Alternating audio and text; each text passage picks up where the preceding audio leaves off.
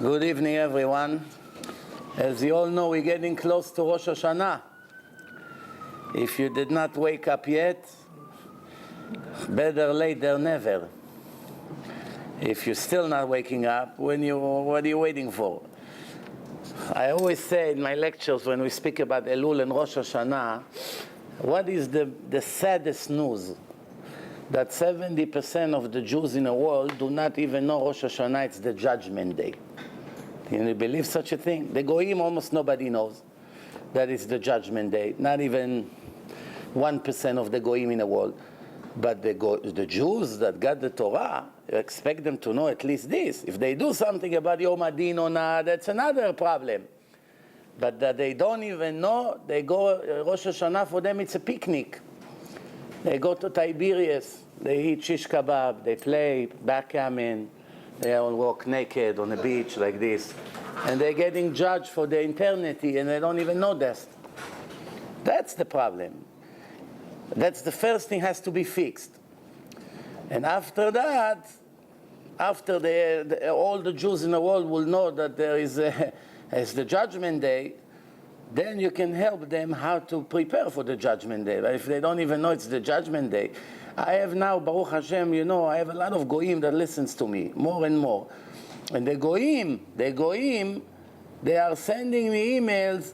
I heard in your lectures that is the Judgment Day not only for the Jews, for the whole world. What do I have to do in the Judgment Day? Do I have to fast from now to prepare? There's any prayer that you recommend me to say? How do I make myself repentance? The Goyim ask. It's interesting. The Goyim, they have common sense. They say, wait a minute, if I'm getting judged, nobody ever taught me in a church that I'm getting judged in 2 or 3 weeks. Finally, somebody opened up my eyes. That means I better do something. So one Italian Goy decided to donate for CDs.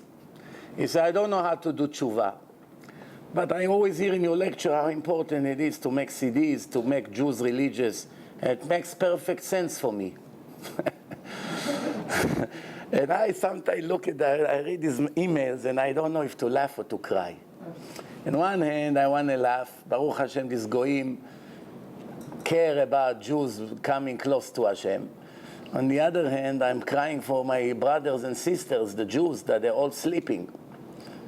10 days in Elul now almost. Not one order I had for CDs. Now that it should be 10 times more than usual here, it became the slowest time. Well, we had a few days the website was on and off, so that also had something to do with that. But Baruch Hashem, with the help of our friend Manny here, that saved me from from basically losing the website.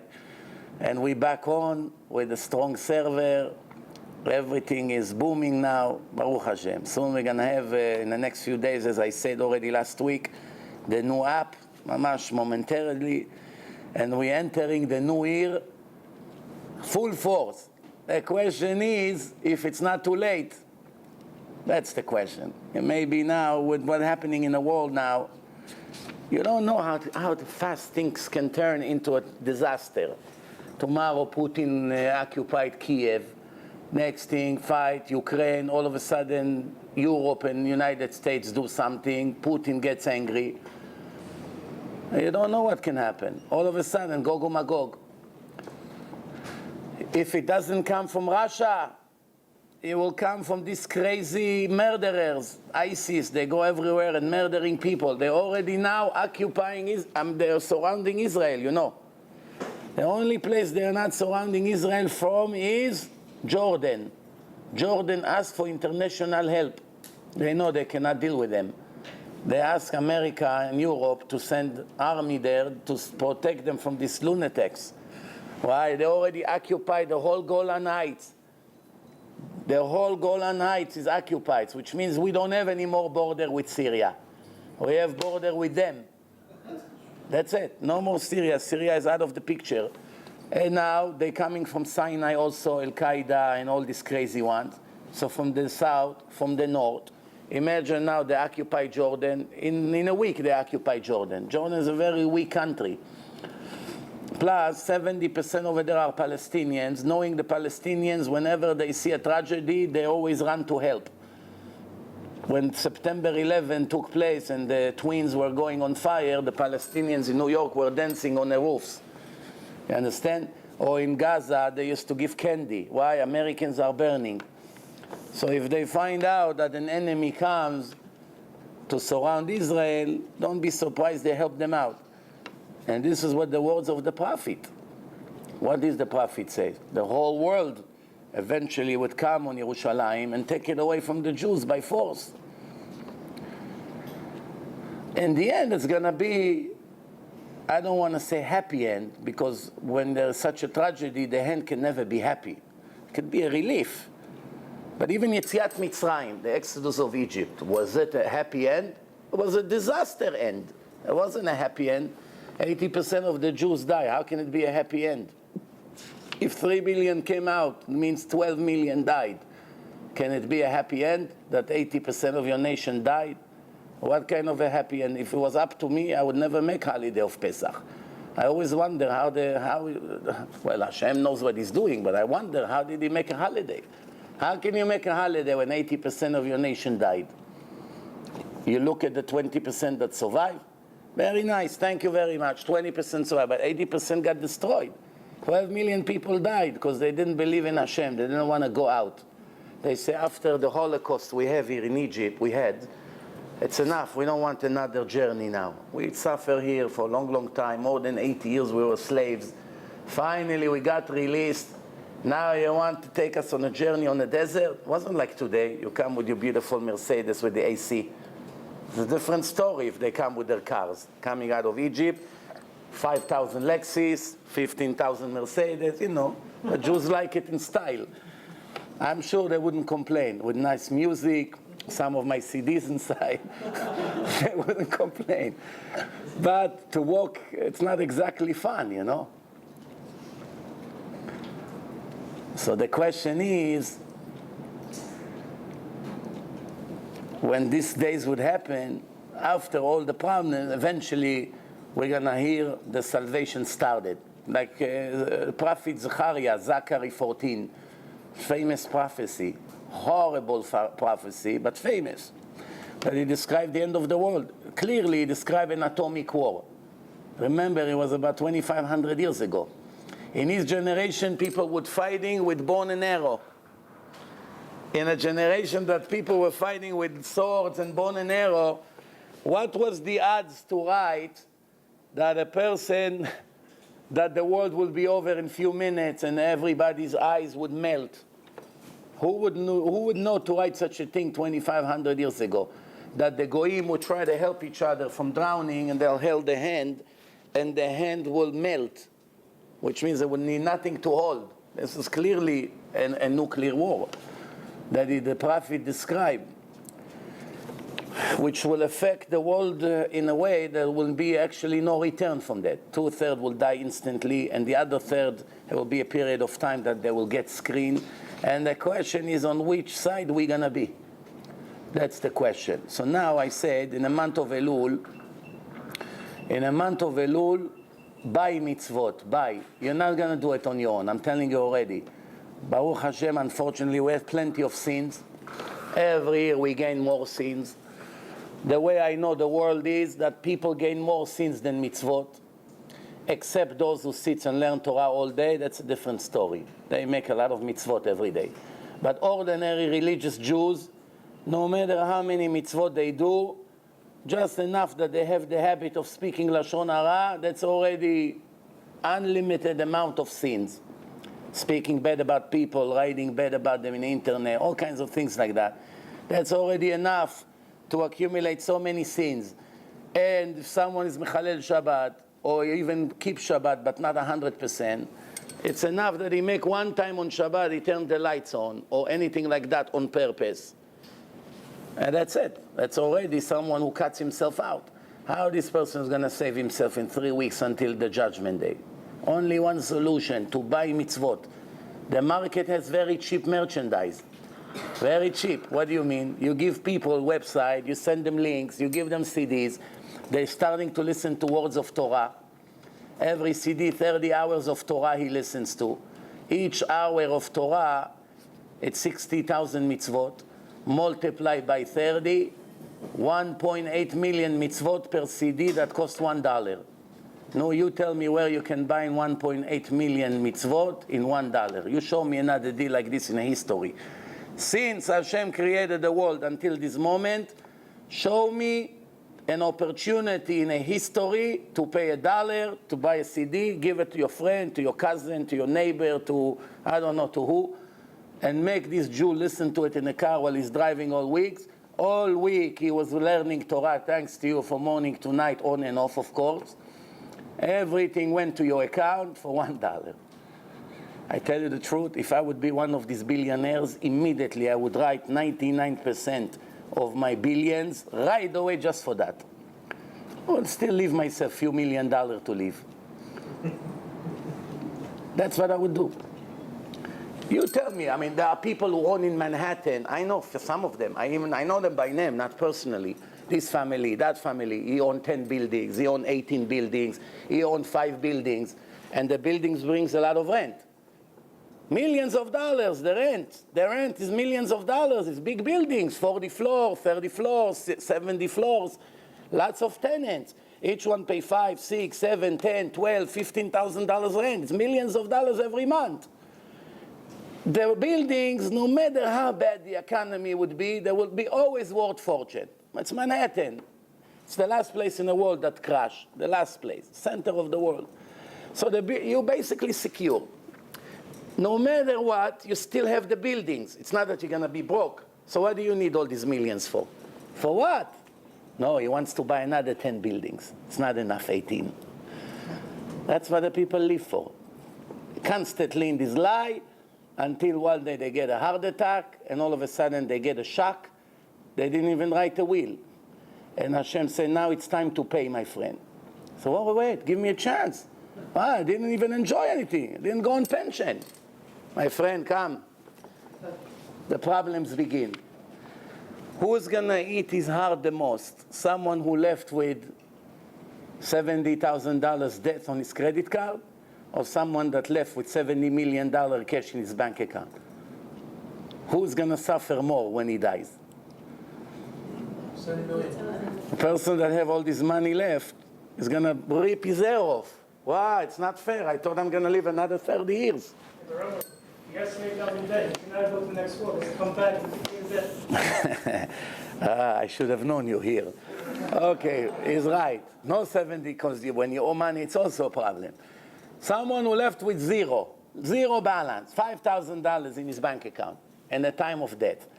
And someone that have millions and millions of dollars. Who would eat his heart more? Huh? You know, some people, they lose a lot of money when they save a lot of money, save. And then when they get older, they make few mistakes in business and they lose a lot of their money, sometimes 90% of the money, sometimes even more. And they basically have barely to live. That's it. They lost all their wealth. I got an email yesterday from someone that was very, very wealthy. And basically, they lost all their money and they live now of Social Security and of one rent that they get from one apartment that they own. That's it. Somebody from somewhere in America. So they basically have enough to live without putting a penny on the side. So they eat their heart that they used to be so wealthy, they used to own a lot of, you know. But they don't understand that it's actually the best thing that happened to them. Why?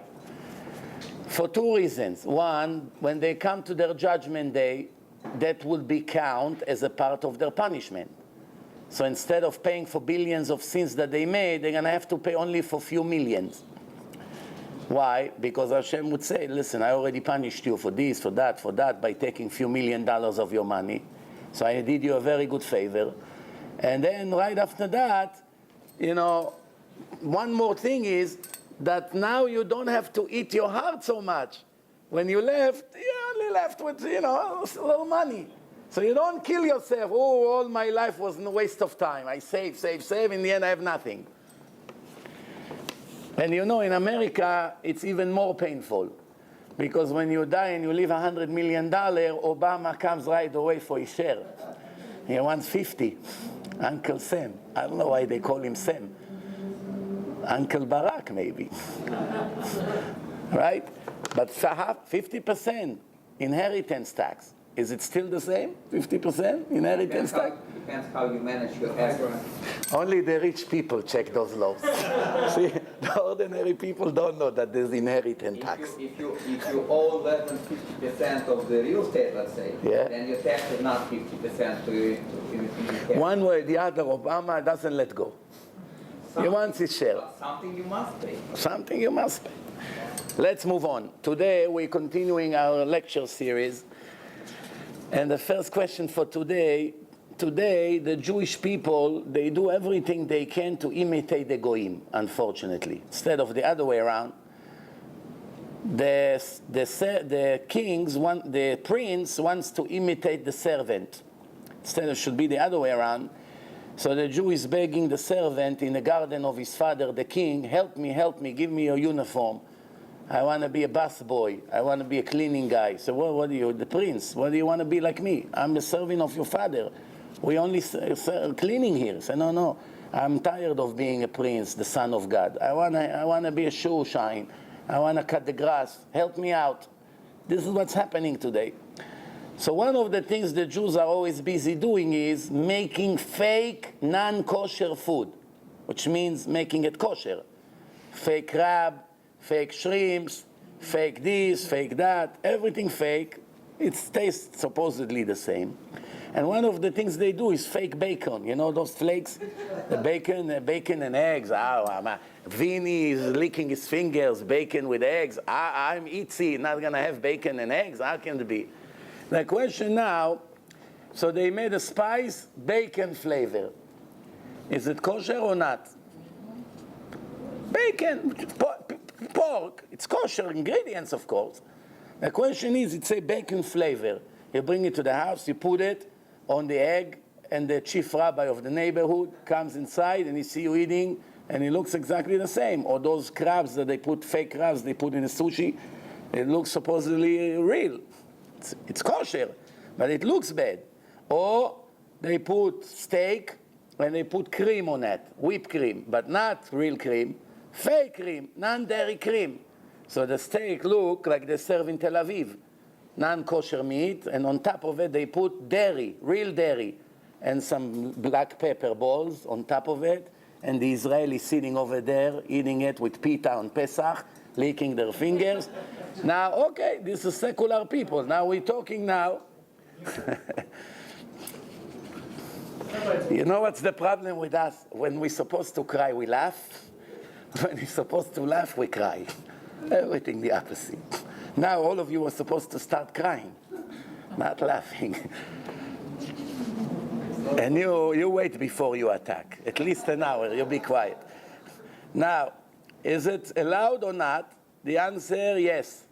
Why? We have a source in the Gemara that everything HaKadosh Baruch Hu told the Jews that they're not allowed to eat, he gave them something similar with the same flavor that it's kosher. For instance, pork, supposedly it's very delicious. That's why so many people love it. So what is similar to the flavor of the pig? The answer is a fish that's called shibuta. Shibuta is the Gemara in Masechet Chulin, page 109. The Gemara said there's a fish. I don't know in our modern words what's the name of this fish, but in the old days, 2,000 years ago, it used to call shibuta. But it's not the meat of the fish. It's the brain of the fish. The brain of the fish you put in your mouth tastes exactly like pork. I wonder to myself, who has the patience to go catch a fish, take his little brain out, just to know how a pork tastes? But the Gemara already gave us this idea, which means anything you can fake that it tastes just like non-kosher food, as long as the ingredients are kosher, it's no problem. Next question, are you allowed to eat food that was left under the bed? When people sleep on a bed, in the middle of the night, a part of the soul goes out of the body, and it's considered that the person is 1/60th of a dead person. It's not a complete death. It's only 1.5% death. But still, there's some death here involved, because a part of the soul goes up to Shamayim and then comes back when a person opens up his eyes. But the point is, because of that, under the beds, it's something that called ruach ra'ah, bad spirit. Just like when you go to the cemetery, you have to wash your hands very carefully when you leave the place, or anything like that. Or people who fast for 3 days and they lay on graves in the middle of the night in the cemeteries. After that, they have ruach ra'ah. It's like a bad spirit comes inside of them, and they can see the dead spirits, and they can communicate with them. The Gemara brings that a Jew, he used to do it. He used to go and used to know the stock market, the prices of the wheat, the prices of the barley. It wasn't an electronic stock market like in Wall Street. It was a regular market. People come and sell merchandise, and based on how much they have, the prices go up and down. So he used to know in advance what's going to be shortage, when it's going to be shortage, when it's going to be extra. So when he knows a week from now the market will have shortage, he used to run and buy a lot. Now everyone's stuck without. He used to triple the price. He made a lot of money. And then when he know the market would be flooded, right away he got rid of everything. So his wife was telling him, how do you know what you're a prophet? You know, everything goes up and down. Apparently what he was doing, he was talking to the dead people, and they were giving him information. We have already cases, if you know, if my lecture Life After Death, that one guy died, and he left a will, and he had 3 sons, and in the will it says that only one son take all his millions. He was a wealthy guy, and the other 2 were going crazy. Why? The father gave everything to one son. It's not that we left the house or we heard the father. And then after a while, the father came to the same son that took all the money. Didn't come to the other 2. He came to the one that already got all the money in court. He came to him and he said, go into my closet, there is a coat. Inside the coat, rip the inside of the coat, and inside I put my original final will. Take it out and go and give your brothers what they deserve. And there was a righteous guy, the son. He could have pretended he never had that dream. And he went and he said, I just found out that my father really actually left another will, and he gave them a third to each one of them. So we see sometimes the dead people come to inform some information which is good for themselves.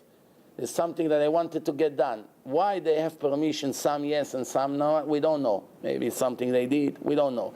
But one thing we do know, we have one guy in Israel that he died, and after a few days he came back to his son, and he said, when I was in 7th grade, I took a mathematic books from one of the kids in the class, and it left in my house.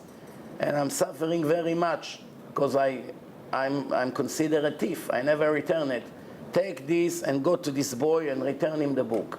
So this is an example how after a person dies from Shamayim, they give him permission to come and say something. And you know, I already, over the years, I can write 10 books already on how many dreams people told me that they had about their parents that died and came to give information. I have one woman in New Jersey, believe it or not, this woman and her husband opened Shinui. You know what Shinui? In Israeli politics, there was a group in the Knesset that the entire political agenda was to destroy the Torah and the Jewish religion. And they got 15 mandats, which means 600,000 people vote for them in a small country like Israel. And they got 15 chairs, 15 seats in the Knesset. And as soon as they got elected, all they wanted to do is to destroy the yeshivot, the budgets from the government to the religious people, and they did a horrible damage. So the couple that opened it, I happened to meet them in one place in New Jersey one time. And they listened to my lecture. They came accidentally, somebody died, and she was sitting Shiva for her father, and she was a friend of this couple. They're completely far away from Judaism, like all the way from here to the moon. They had no idea what it is, but they fight it, of course. They don't know what it is, but they fight it. So what happened, they came to that lecture that I gave over there, and they came to me. At least one thing about them, they were honest people. They lived in a lie, but they thought that their lie is the truth, and they were sticking to the truth and fighting for it. which shows that their conscience is working. You understand? Why? Because they're willing to open a group and to invest money and to run to the Israeli Knesset to fight the religious people, thinking that's the proper thing to do. So now all of a sudden they hear a lecture by me, they got shocked. They all of a sudden realized that everything they did was one huge mistake. So they came to me after the lecture, and this woman said to me, I just have a second thought about what we did. We opened Shinui, she told me, but we were not successful. We couldn't get famous. So we took Tommy Lapid, talk show from, men from television, and writing in their newspapers. It was very famous on the media. And everything he did just was cursing the religion and cursing Hashem. That's all he was doing on the media, non-stop. So we knew if we get him into our group, we're going to get a lot of publicity. So he said, I'm coming with you if I'm becoming the chairman of the group, the political group. So we gave it to him, and he ran it to the Knesset and got 15 mandats. And then we got a job. Her husband got a job. So they sent him from Israel to work here in America, to be a representative for a company, and that's how we ended up here. So now I say to them, okay, make a lecture in your house. Get all your friends, make a lecture in your house. They agree. Surprisingly, they agree. I went, I gave a lecture in their house. After the lecture, of course, they opened up. They told me about all their personal problems. And days after that, the woman told me, I did not sit Shiva on my father. I never said Shiva. I said to her, why? Even secular people sit Shiva. So she said, the reason we didn't sit Shiva is one day my father went to Romania and never came back, disappeared. I said, what? She said, we thought he found a girl and he left my mother and us alone, me, my sister, whatever, and he ran away with this Goya to Romania and we never saw him ever again.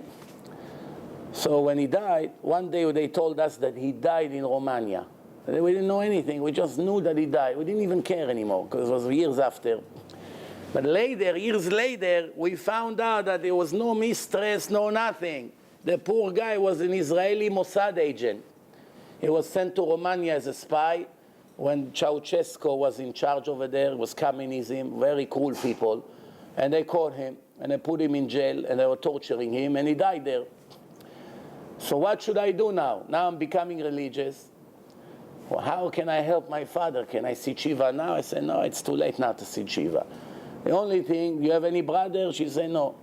I said to her, the only solution you have is to pay money for Bachur Yeshiva, someone tzaddik that learns Torah all day, will say 1 year Kaddish for your father.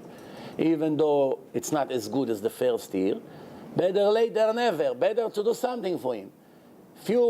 Maybe 2 or 3 months shortly after, within weeks, she called me up on a Friday morning, one morning, shaking on the phone, shaking, couldn't talk. You're not going to believe what happened. My father came last night to me and to my sister in a dream, to both of them in one night. And he told me, you're saving me, don't stop. You're saving me. She was shocked. She said, I never believe it's going to be. She said, you're saving me, don't stop. After so many years, they did not see each other. Remember, it's many years he left before. And then now a few years he's dead. Maybe 15, 20 years he's already not in touch with him. It was still helping him. So here is an example how a dead person can come after so many years and give information. Sometimes it's for himself, sometimes it's for the people that he talks to. We have cases like this. The question now, if there is food under the bed, which is left there, and now you want to eat it, are you allowed or no? No. So the answer is what's under the bed, not allowed. What happens if it's under the stroller of the baby? The baby is also sleeping there, sometimes for hours. Is it considered okay or no? Or it's like the bed? So permanent bed that stay in one place, not allowed. Something that is metaltelin, move from one place to another, then there is no bad spirit on innocent small babies. Babies don't have bad spirits on them. It's very interesting. Then the next thing, when a person wants to eat liver, all meat, when you slaughter the cow, we put lots of salt and it takes all the blood out. Then after that we rinse it and we cook it. But liver, it's all blood basically. It's not really meat, it's all blood. 90% is blood. What are you gonna do? Rinse it, put salt, blood keeps coming and coming until it shrinks to nothing. So what's the whole point over here? The answer is with liver, salt will not help. You have to burn it. You have to burn it in fire, boil it in fire. You have to boil in fire, that's to burn it until it dries, it takes all the blood out. And that's what the Gemara says, it has the same taste as blood. Yes, blood. exactly. Hashem said blood is not allowed to be eaten, and when you eat liver, it's basically blood. But the point is, if you don't have a burner to burn it, you want to burn it on a grill. Put it on a grill, raw liver, and the fire will burn it. And after it got burned, then you want to cook it or grind it, whatever you want to do. Are you allowed to do it or not? To make it kosher. We're talking liver that comes from a kosher animal. It's still not kosher until you burn it. Now you don't have a way to burn it now. You're not in a store like the professional, they do it. You want to burn it on your grill in your backyard. Allowed or not allowed? It's good enough, or the fire in the grill is not strong enough to do it? The answer, yes, but you have to make sure on the highest fire to do it. If it doesn't have any heat, then it's not going to help. It needs to have a very high fire. Caviar, is it kosher or not? Depends on what kind of fish it came from. Very good. If it's kosher, then it's kosher. 100%, depends if it comes from a kosher fish or not. If it comes from a kosher fish, it's kosher. In eggs, we know that if the egg has blood, the egg is not kosher. Gotta get rid of it. But you don't have to throw the whole egg. You take the blood out and you can cook the rest of the egg. The question is why in our days, in bakeries, in places that they make hundreds of challahs every hour, they don't sit and check each egg. They just do everything. And once in a while, probably one of the eggs will have blood in it. Because the percentage-wise, when you mix it up all together, it's going to be less than 1/60, which is allowed to have that. So the answer is because of what you say, that chazakah, that if you open 100 eggs, not even one sometimes don't have anything. But the question now, if a person does it in his own house, he has to check, right? What happens if it's a hard-boiled egg? Someone cooked for you without checking. There's a way to check it after it was already boiled and it became hard. Can you open inside and see if there has a red dot in it or no? No, you cannot. The answer, no. You cannot check. Once it was cooked already. It's too late. Next question. Organic eggs have more blood than Could be. Next question. When you buy a frozen product from the freezer in a store, frozen broccoli, vegetables that usually have worms, and you have to check very, very carefully. If you buy it frozen, it's not as bad when you buy it fresh in a store. When you buy it fresh, you have to check very carefully. But the question now, you bought a bag of frozen broccoli. Broccoli knows is one of the things that the flour almost always have worms and all kinds of things in the flour. So religious people, when they buy raw broccoli, they cut the flowers and they only stay with the stem, with the hard part of the broccoli. Now the question is, you sometimes go to Chinese restaurant, glad kosher, and some of them even have good ashgacha, and you see that they serve chicken with broccoli. Chinese kosher, glad kosher restaurant. And the rabbi over there, his beard is sweeping the floor when he walks. You know, he constantly have to put rubber band by mistake that he won't clean the floor of his hated boss. Free cleaning. But he allowed it. The question is, the rabbi went to sleep when they started to cook the broccoli, or he saw it and still allow it? What do you think?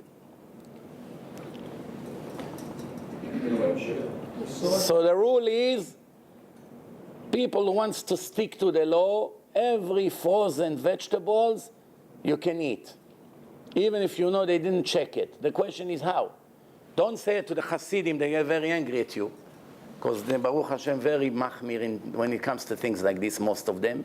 Well, we are now talking what's allowed, what's not allowed, not the extras. Not the extra. You know, I got an email 2 days ago that one person asked me this, listen to this question.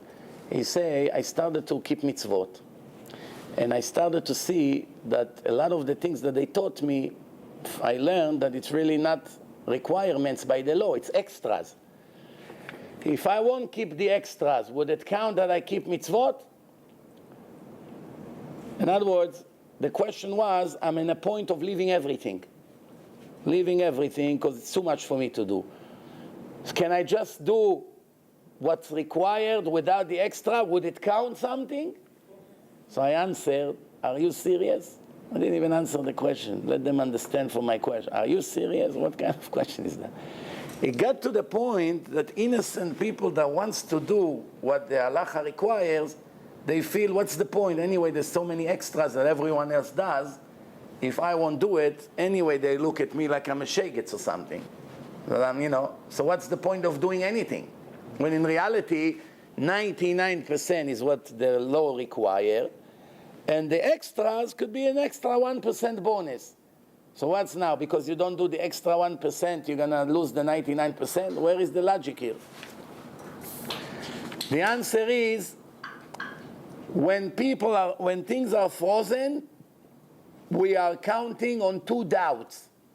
One doubt, maybe the vegetable had worms and maybe it didn't. Not all broccoli has worms. Many of them has, but not all. Same thing lettuce. Sometimes one leaf can have many worms. The other one you check doesn't even have one. So there is a 50% chance. Maybe it has worm, maybe not. When you put it in a freezer and it freezes completely, now the worms, usually when you freeze them, their eyes pop out. And there's a rule. If you eat an insects or worms when they are complete, that's a big sin from the Torah. But they are incomplete is less than when you eat it complete. Bria shlema or half. So therefore, if it's not a complete insect, it lowers the sin a lot. And plus, you don't even know if it had worms or not. So there's 2 doubts here. Every time there are 2 doubts, even if it's a requirement from the Torah, you can go to the lenient side. Some people won't count on this lenient opportunity. But I'm just talking about what's required by law and what's not required by law. Therefore, when we buy frozen, first doubt is if it even have doubts or not, if they had worms or not when they put it in a freezer. Maybe they didn't have, okay? Second thing is, even if it has, most likely the ice came out and it's not bria shlema, therefore you have 2 doubts. Therefore we can count on it. However, if we know that this bunch of vegetables that they froze was nagua, sometimes you have a whole batch of vegetables, every one of the boxes you check are full of worms. One, next box, and then they decide to freeze it knowing they have worms, it's not going to help. Because now you have only 1 doubt, not 2. Because now it's chazakah that all this batch that came was all. I remember we used to buy, every year we buy lettuce for Pesach. Every year I was checking it, Baruch Hashem, 3-4 years in a row, nothing. Not one problem. One year I bought it, every one of them is full of worms. Worms and flies and bugs. It's all or nothing. Why? That's how it is. If it's contained, where they were contaminated with this whatever eggs or whatever it is over there, it goes to all the boxes from one to the other because it's all stored in one place. And you know how they are. They go from one to the other. It's like cancer. If it already penetrates, Hashem Yerachem, it goes to all organs of the body. Next thing.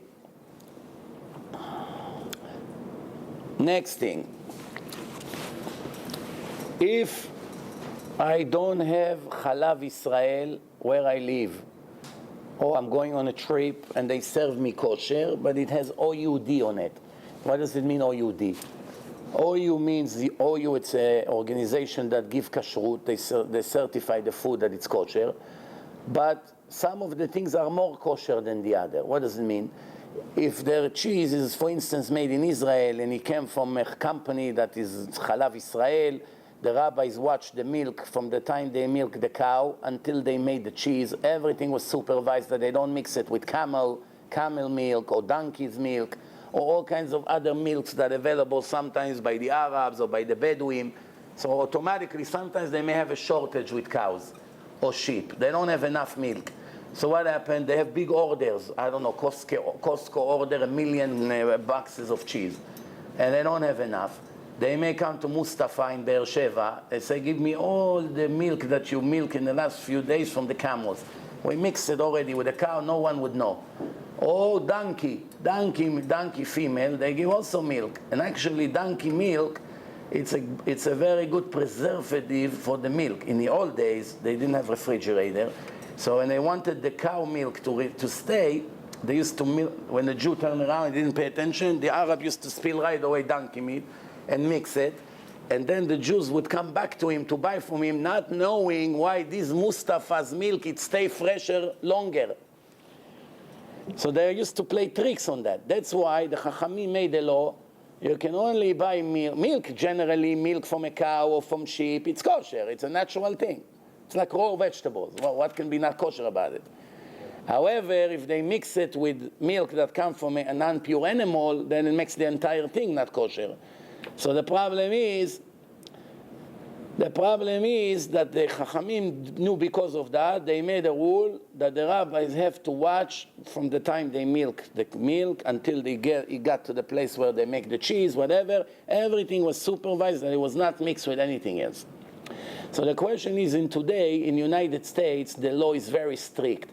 If those big Hershey's and all these big companies, for instance, if they would mix in their milk any kind of animal besides cow milk, if they sell cow milk and they will have a shortage and they're going to order all kinds of pig milk or anything else and they mix it, they will lose their license, they'll lose billions of dollars. They're not going to take such a risk. So the question now, because today, first of all, there's cameras, there are inspections, there's all kinds of things. Plus, these companies have thousands of employees. They won't take the risk of doing such a thing because tomorrow one of these employees didn't get a raise. He'll go to the media and say what they do and they'll lose billions of dollars. So the chance that they will mix the milk with something else is basically zero. It really doesn't exist.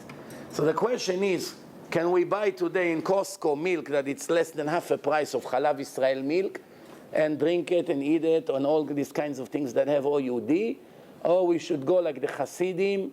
If you eat not Chalav Israel, they look at you like you're goy, some of them. Which one of the two is right? The strict Hasid that think that, oh, you're eating not Chalav Israel? Don't talk to me about shidduchim for your son. Please. Huh? The answer, if the milk has an hechsher of Rav, OUD, it's a Rav. You know, in case you didn't know. That means it's allowed. No Orthodox Rav, Talmid Chacham, who learns Torah all his life, and Gemara, and Halacha, would give certificate for Jews to eat, for some Jews to eat it, if it would be forbidden. So to say it's forbidden, you're not allowed to say it. It's Motzi Shem Ra to the Mashgichim, to these kosher rabbis who give hechsher to it. However, like in everything else in life, we have a say in Judaism. Kol ha-machmir tavo alav ha-bracha. Everyone who chooses to be more strict than the average automatically get an extra special blessing from Hashem. Why would Hashem give this Hasid that is very strict about it and he won't touch OUD, and the other Jew that has the same size yarmulke and sometimes even a longer beard, but he eats OUD? So why Hashem will give this Hasid bigger bracha than the other one? After all, we say that both eat kosher, no? The answer one, because he chose to be more strict. And whenever you sacrifice more for Hashem, automatically you get extra bonus. But what's going on here? Why kol ha-machmir tavo alav ha-bracha? Because we have a say in the Torah, kadesh atzmecha b'mutar lach. You have to prove to me that you're righteous not only with what's allowed, not allowed. even the things that are allowed, you have to be willing to sacrifice your desire away, not to touch it. For instance, if you eat all day cream cakes, it's kosher, glad kosher, badatz. Cream cake, badatz, Yerushalayim. But all day sits and eat cream cakes is 1,700 pounds. Kosher. But what kind of tzaddik this guy is? Is a prisoner of his Yetzer Hara. Cannot control his desires. A person is allowed to be with his wife intimately. It's not a sin, it's mitzvah. But what he does, from the time she came from the mikveh, 2 weeks, he doesn't come out of the bedroom. What the Ramban calls someone like that? Did he violate any rule from the Torah? No. Didn't violate. She's permitted to him. It's his wife. Ramban called him Naval Bershut Torah. This person is worse than a dog. It's not a human being. His desires already dictate his life. So what do we see here? We see here that certain things is allowed, but if a person go after that with full desires, like he lose control, that's not a lifestyle of a kosher person. Even to the goyim, it's clear that if a person live this kind of lifestyle, something is not right here. So the answer is to say it's not allowed, you're not allowed. To judge people that eat at bed, it's also a sin. Oh, that's the problem. Someone is mahmir, he said, I don't want to touch OUD. You want to eat? Like they say, the halabim here, tfaddal, eat. I don't want to eat. You want to eat? Eat. But I'm not going to judge you as Rasha because you eat. You did not violate any rule from the Torah. This is what happens. I know. It's a problem. That's why I'm saying what I'm saying. Why I'm saying it? Because judging another person, oh, you Rasha because your shirt is light blue and we only wear white shirts, so you're not religious enough, that's a sin. Judging a person that his beard is not long enough, that, oh, you shagets because you cut your beard, that's also a sin. Why? Because the Torah didn't say you have to have long beard. The Torah only say not to cut the beard with a razor, that's all. If Hashem wanted everyone to have long beard, he would write in the Torah, make sure your beard is long. It's much easier, shorter, and more clear. He wouldn't have to say, don't touch the beard with a razor. He would say, make sure all your life never to touch your beard. Finished. Now everyone would know, you must have a beard. But Hashem didn't say it. Hashem say, you want to have a beard? Very nice. It's good. According to Kabbalah, it's extra good. But you don't want? Okay. But just whenever you do, make sure you don't shave it with a razor. That's all. And that's someone who does it, Rasha.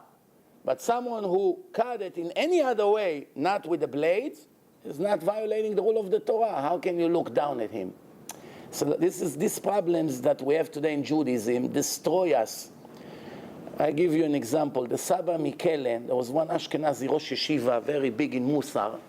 He had yeshiva. And one guy started to keep Shabbat an hour before the time. Let's say Shabbat started 7:30, 6:30, he's dressed already, ready. He's reading Shir HaShirim, he doesn't touch light anymore. 1 hour before, it's completely sunny outside. It's not dark, it's not Shabbat yet. People still driving, running, going, talking on the phone. But he's already keeping Shabbat extra. What's wrong with doing extra? We just say, Kol HaMachmir tavo alav bracha. Beautiful. One day the Rosh Yeshiva, the Saba Mikelem, he called him. He closed the room. He said to him, I want to talk to you about something. I don't know what to do with this yeshiva. What do you think about all your friends? Look at them. You come 1 hour before, you're already dressed, you're ready for Shabbat. You're starting to keep Shabbat an hour early. Look at all your friends. They wait until the last minute, 2 minutes before Shabbat, like this. They come out of the shower, the tie is still not on, they run to the tefillah and they start. I'm tired of this. The Rosh Yeshiva say, what do you think about your friends when you see them like that? So the guy say, yeah, Rabbi, I was afraid to tell you. It's really, really not, the level here is not enough. He said, don't you think they're Reshaim, they're wicked, your friends, that they're not keeping Shabbat like you an hour before? He say, yeah, but I didn't want to talk Lashon Hara. But now when your Rosh Yeshiva say it, I agree with you. The Rabbi told him, listen carefully now. From this moment on, I order you, you're not allowed to keep Shabbat an hour before. You wait until a minute before Shabbat, that's when you accept Shabbat to start. Not more than that, a minute before. So the boy say, wow, Rabbi, what happened? You just told me that they're all bad. What's going on? The rabbi told him, I was testing you. If you think that by doing extra, everyone else that does not extra is wicked, you are wicked, much more than them.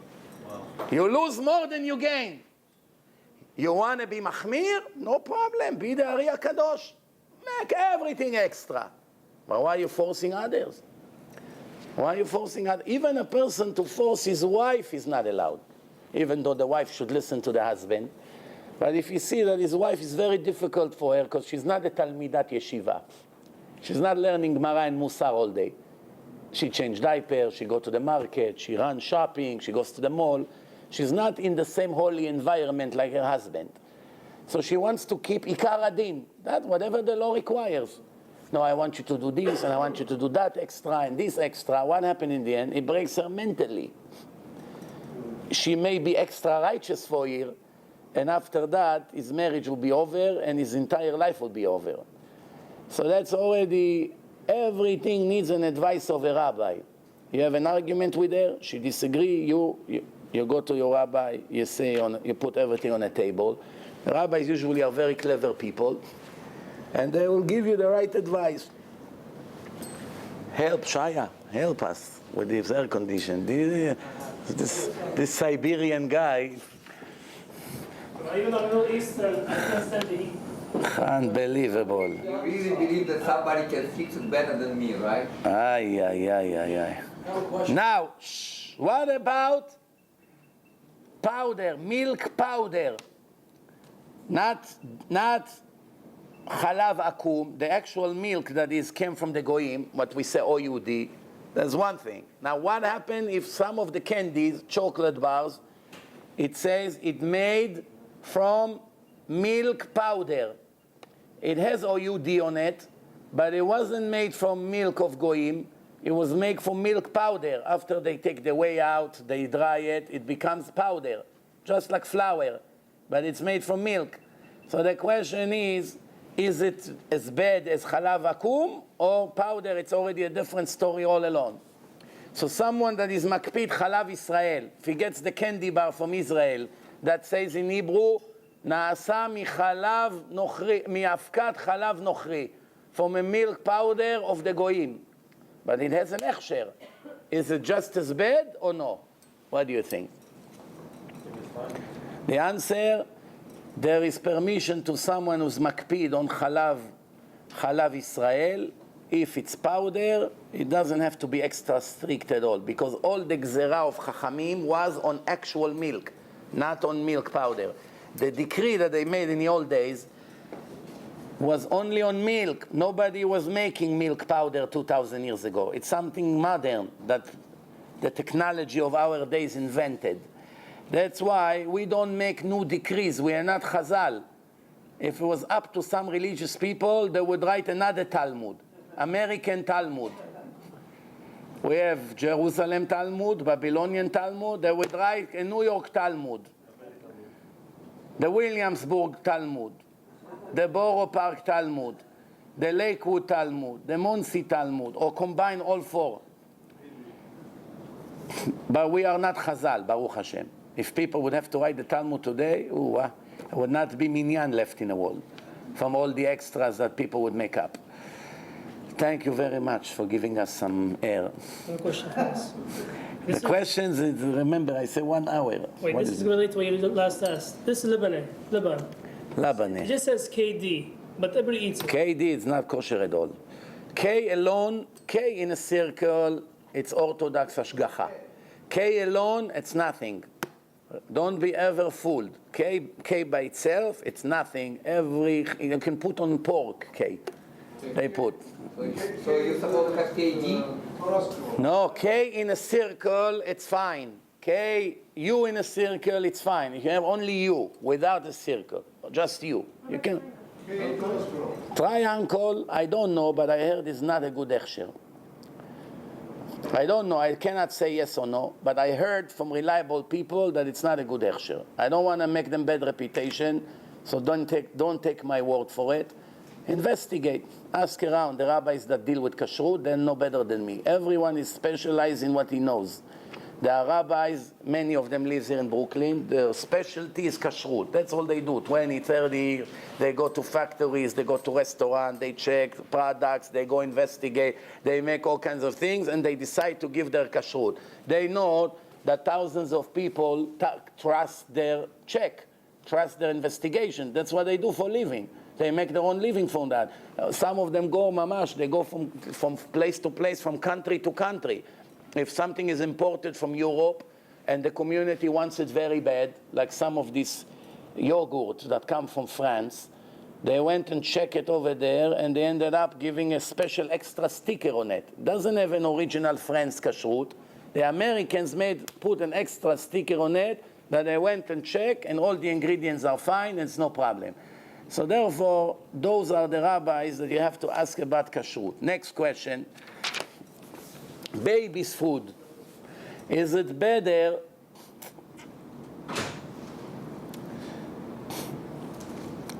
food for babies? Better to take something healthy with milk powder of the goyim. Remember, everything we're talking about kosher, and it has OU on it. But something more healthy, mineral and whatever, it's better for the baby's health, that has a milk powder of the goyim, which means it's OUD, or something that is less healthy that doesn't have milk in it. No milk powder, no nothing. Better to go OUD, healthier for the baby, for his growth and everything, to be able to function better, or better to be strict for those who are strict with OUD, for their little 2-week-old baby. Do they have to be extra machmir on their babies like they're on themselves or no? The children, you want them to follow your ways, so you give them the education of what you do. But the question is a baby that doesn't understand anything from his life. If he'll eat it now anyway, he won't know in 10 years that they used to feed him OUD. Now remember, OUD, I told you that it's kosher. Don't think that, we're tricking the baby, feeding him something not kosher. It's regular milk, same milk all over the world. So now he has a very good point. You want the kids to choose, you don't want to choose for them. So I tell you, the last time I heard it is when someone got me very angry. In one of the arguments in Manhattan, that I had a lecture and there was a lot of Reshaim over there, and one Rasha got up and he said to me, you, the religious people, you live in a ghetto. You force your children, you block them from the world, you don't let them see anything. One day they open up their eyes, they see the world, and they run away. I let my children choose whatever they want. You like it? You want to be religious one day? I won't stop you. You want to do this? I won't stop you. I let them see the world and let them decide. I'm not forcing on them anything. So I told him, you really believe what you just said? He said, yes, absolutely. I said, how old is your son? He said, 6 years old. I said, okay, let's take him now across the street to the gay bar to see all the men kissing over there. So he looks at me. He didn't realize for a second. I said, come on, bring the boy. Let's bring him in and put him inside for an hour. He said, come on, don't exaggerate. I said, why? Why are you blocking him from the world? It's not fair. Let him choose. Maybe you want to be one of them. So he said, I got the point. Sorry. Sit down. That's not what I meant. I know that's not what you meant. I took advantage of what you said. To be machmir, kids that grow up in their parents' house, they don't have a choice. They have to respect the rules in a house. One day he will be an adult, he'll get married, and he move out of the house. And certain things that his father used to be extra strict, he doesn't have the obligation. As long as he keep the tradition, the customs of where his parents come from, fine. But if he doesn't want to, if his father forced himself all his life to pray 5 a.m, nets, and this boy went to yeshiva and he wants to be more focusing in his learning. So now he's thinking, if I get up at 4:30 or if I get up at 6:30, it's a big difference. I learn much better all day Torah. My father was a working man. Anyway, he had to go to work, so he wanted to leave himself enough time to learn an hour in the morning before he goes to work. So all his life he prayed Netz. Netz is very nice. It's Chumrah, beautiful Chumrah. Avraham Avinu ran to slaughter Yitzchak, first light in the morning. Didn't wait. But the boy can lose more than he gains. So he said, no, I don't care. My father prayed Netz all his life. I must go. If I learn less Torah, I fall asleep in a Gemara. I don't care. I stick to my father's custom. Wrong. Your father is a Chassid, and you follow his way. That's a different story. Because you belong to a group of where your father comes from, or from the city, or whatever the customs of the place. However, I said that in this generation, all these customs and chumrot became more important than the 10 Commandments. It's time to put everything in the right perspective. There is Shabbat, which is foundation of all Judaism. Mechalel Shabbat arehu kegoy lechol davar. Not like this Belz Chassid in Israel when I spoke there told me. By us, it's worse if the boy changes Hasidish alphabet than if he become Mechalel Shabbos. By us, the clothing is more important than anything. As long as he dressed like a Chassid, there is a chance he'll return back. Even if he's Mechalel Shabbos. But if he still Shomer Shabbos, but he changes Hasidish alphabet, it's finished for us. That's it. Parak all. This is the way he thinks, and this is a Talmid Chacham. It's not somebody from the street who's speaking nonsense. He knows a lot of Torah. So what do you see? Something that is custom, with all due respect, that's important. Customs you have to respect. It's a part of our tradition. It's not customs, Rabbi. It's customs. The way they dress, it's customs. It's not customs. He is afraid that when people will break these customs and stop wearing the black and white, First you stop these, then you stop. 100%. I did not say it's not right about dressing in a certain code. That's not what I said. That's not what I said. I'm not saying that it's not important to dress in a certain code. Even by the Goyim, when they go to certain schools, they make them dress in a certain way. In the army, every soldier has a uniform because they understand the uniform keeps the person belong to a group. It's a well-known thing. And I'm the last one who argue about it. But, in life, there is a difference when you steal $100 from your friend's pocket than when you murder him with a gun to his head. If you come and tell me, stealing $100 from his pocket, for me, it's a bigger sin than murdering the kid by shooting his head, then I know something went wrong by you. Something is not right here, because if it would be a bigger sin, the Torah would say that someone that stole $100 should be put to death, and Mechalel Shabbat should pay $200 for the Chilul Shabbat. But that's not what the Torah says. The Torah says Mechalel Shabbat should be put to death, and he lost his share to the world to come, ונכרתה הנפש ההיא, and he's 100% a goy. He did not say it about the ganav. He did not say it about a murderer. He did not say it about a rapist. Rapist monster. Everybody today understands that rapist is just as bad as a murderer. Right? Everybody understands. Everywhere you go, people understand that. But the Torah didn't say that a rapist stopped being a Jew. With all the despicable things that he does, and Hashem cannot stand him, still die as a Jew. Same thing, a thief, Madoff, $60 billion. If he's Shomer Shabbat, I don't know. If he's Shomer Shabbat, if he was Shomer Shabbat, he dies as a Jew with all the billions he stole. But someone that is nothing bad as Madoff, doesn't steal, nice, good person, friendly, funny, everyone likes him, but he's not Shomer Shabbat, הרי כגוי לכל דבר. It's הלכה in Shulchan Aruch. It's not I make it up. It's not chumrot. It's עיקר הדין. Mechalel Shabbat count 100% like a goy. So you come and tell me that somebody that changed his white shirt to blue, or somebody that decided not to shave his head short and leave long peot, he decided to be more modern, so he's a bigger criminal than someone who drives a car and smokes on Shabbat or talks on the phone. This is what you say in front of the whole yeshiva there. Many Hasidim there.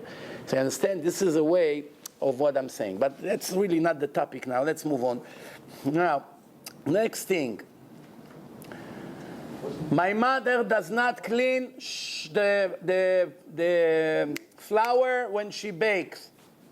You have to screen the flour. Maybe there are worms there. Sieve. Sif.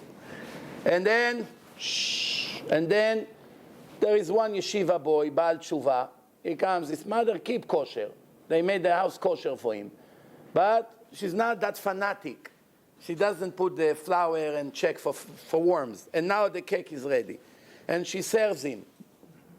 You know what happened to a mother if her son became so strict, he doesn't want to eat from her food, that's the end of the world. She goes crazy. So basically, he has to be very clever to do anything he can to eat from that cake. Unless if it's really made from non-kosher ingredients.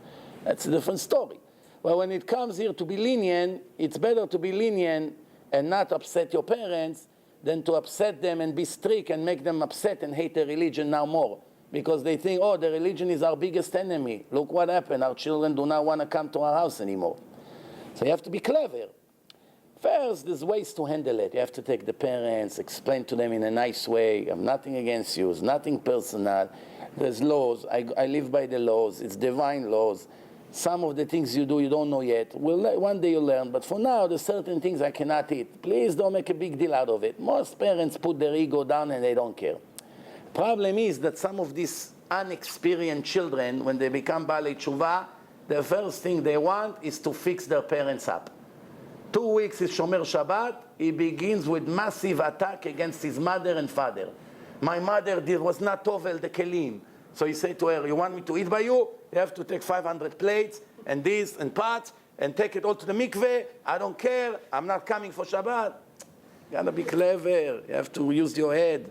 You have to ask a Rav what things I have to be strict, what's not. You'll be very surprised how many lenient things are for peace. But anyway, the question now, his mother served him with a cake or cookies or challah that should not clean the flowers from the worms. Are you allowed to eat it or not? That's a common problem that many of the Baalei Tshuva has. The answer, you're allowed to eat. Why? Same rule that I said before, sfek sfeka, 2 doubts.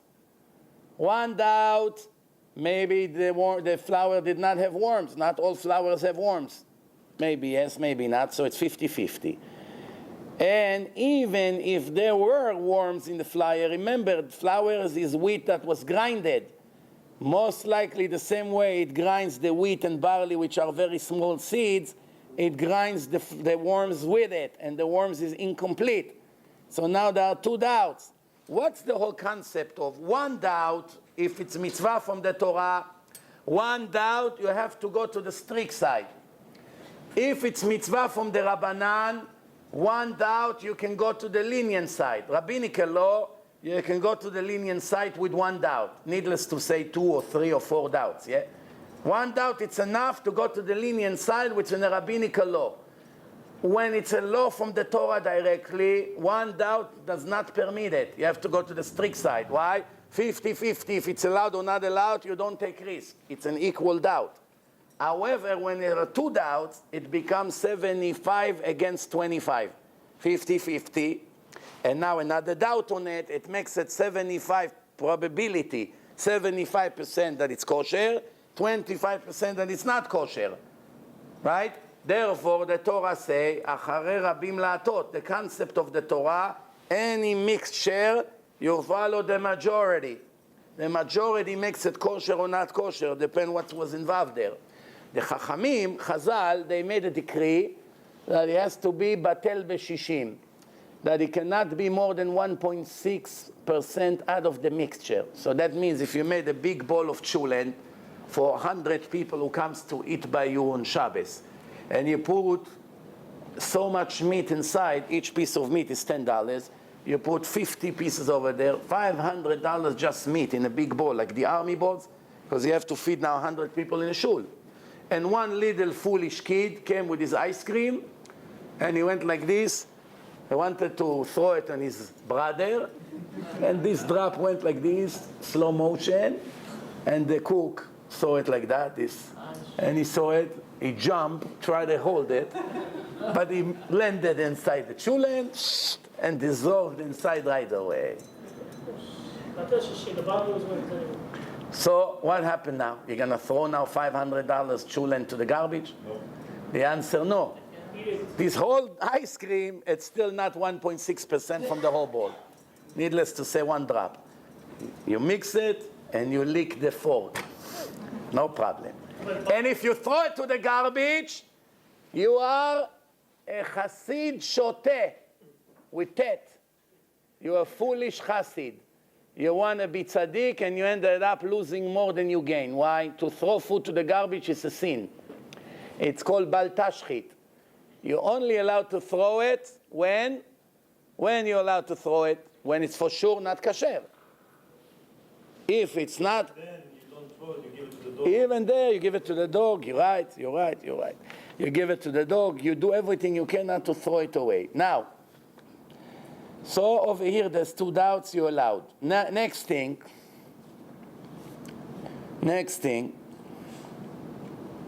Moroccan Jews, even though they're Sephardim, they have few things that are different than Sephardim. They go like Ashkenazim. Some of them don't eat kitniot and Pesach, don't eat rice and certain things like that. And some of them do not makpid to buy basar bet Yosef like the Sephardim has to. The Ashkenazim buy glad kasher, the Sephardim have to buy bet Yosef, halak bet Yosef, which is extra strict. The long of the cow, it's completely smooth, no sirochot, no veins that you make it smooth with your finger. Naturally it was smooth, because there's an argument what's considered smooth. The Ashkenazim are more lenient in it.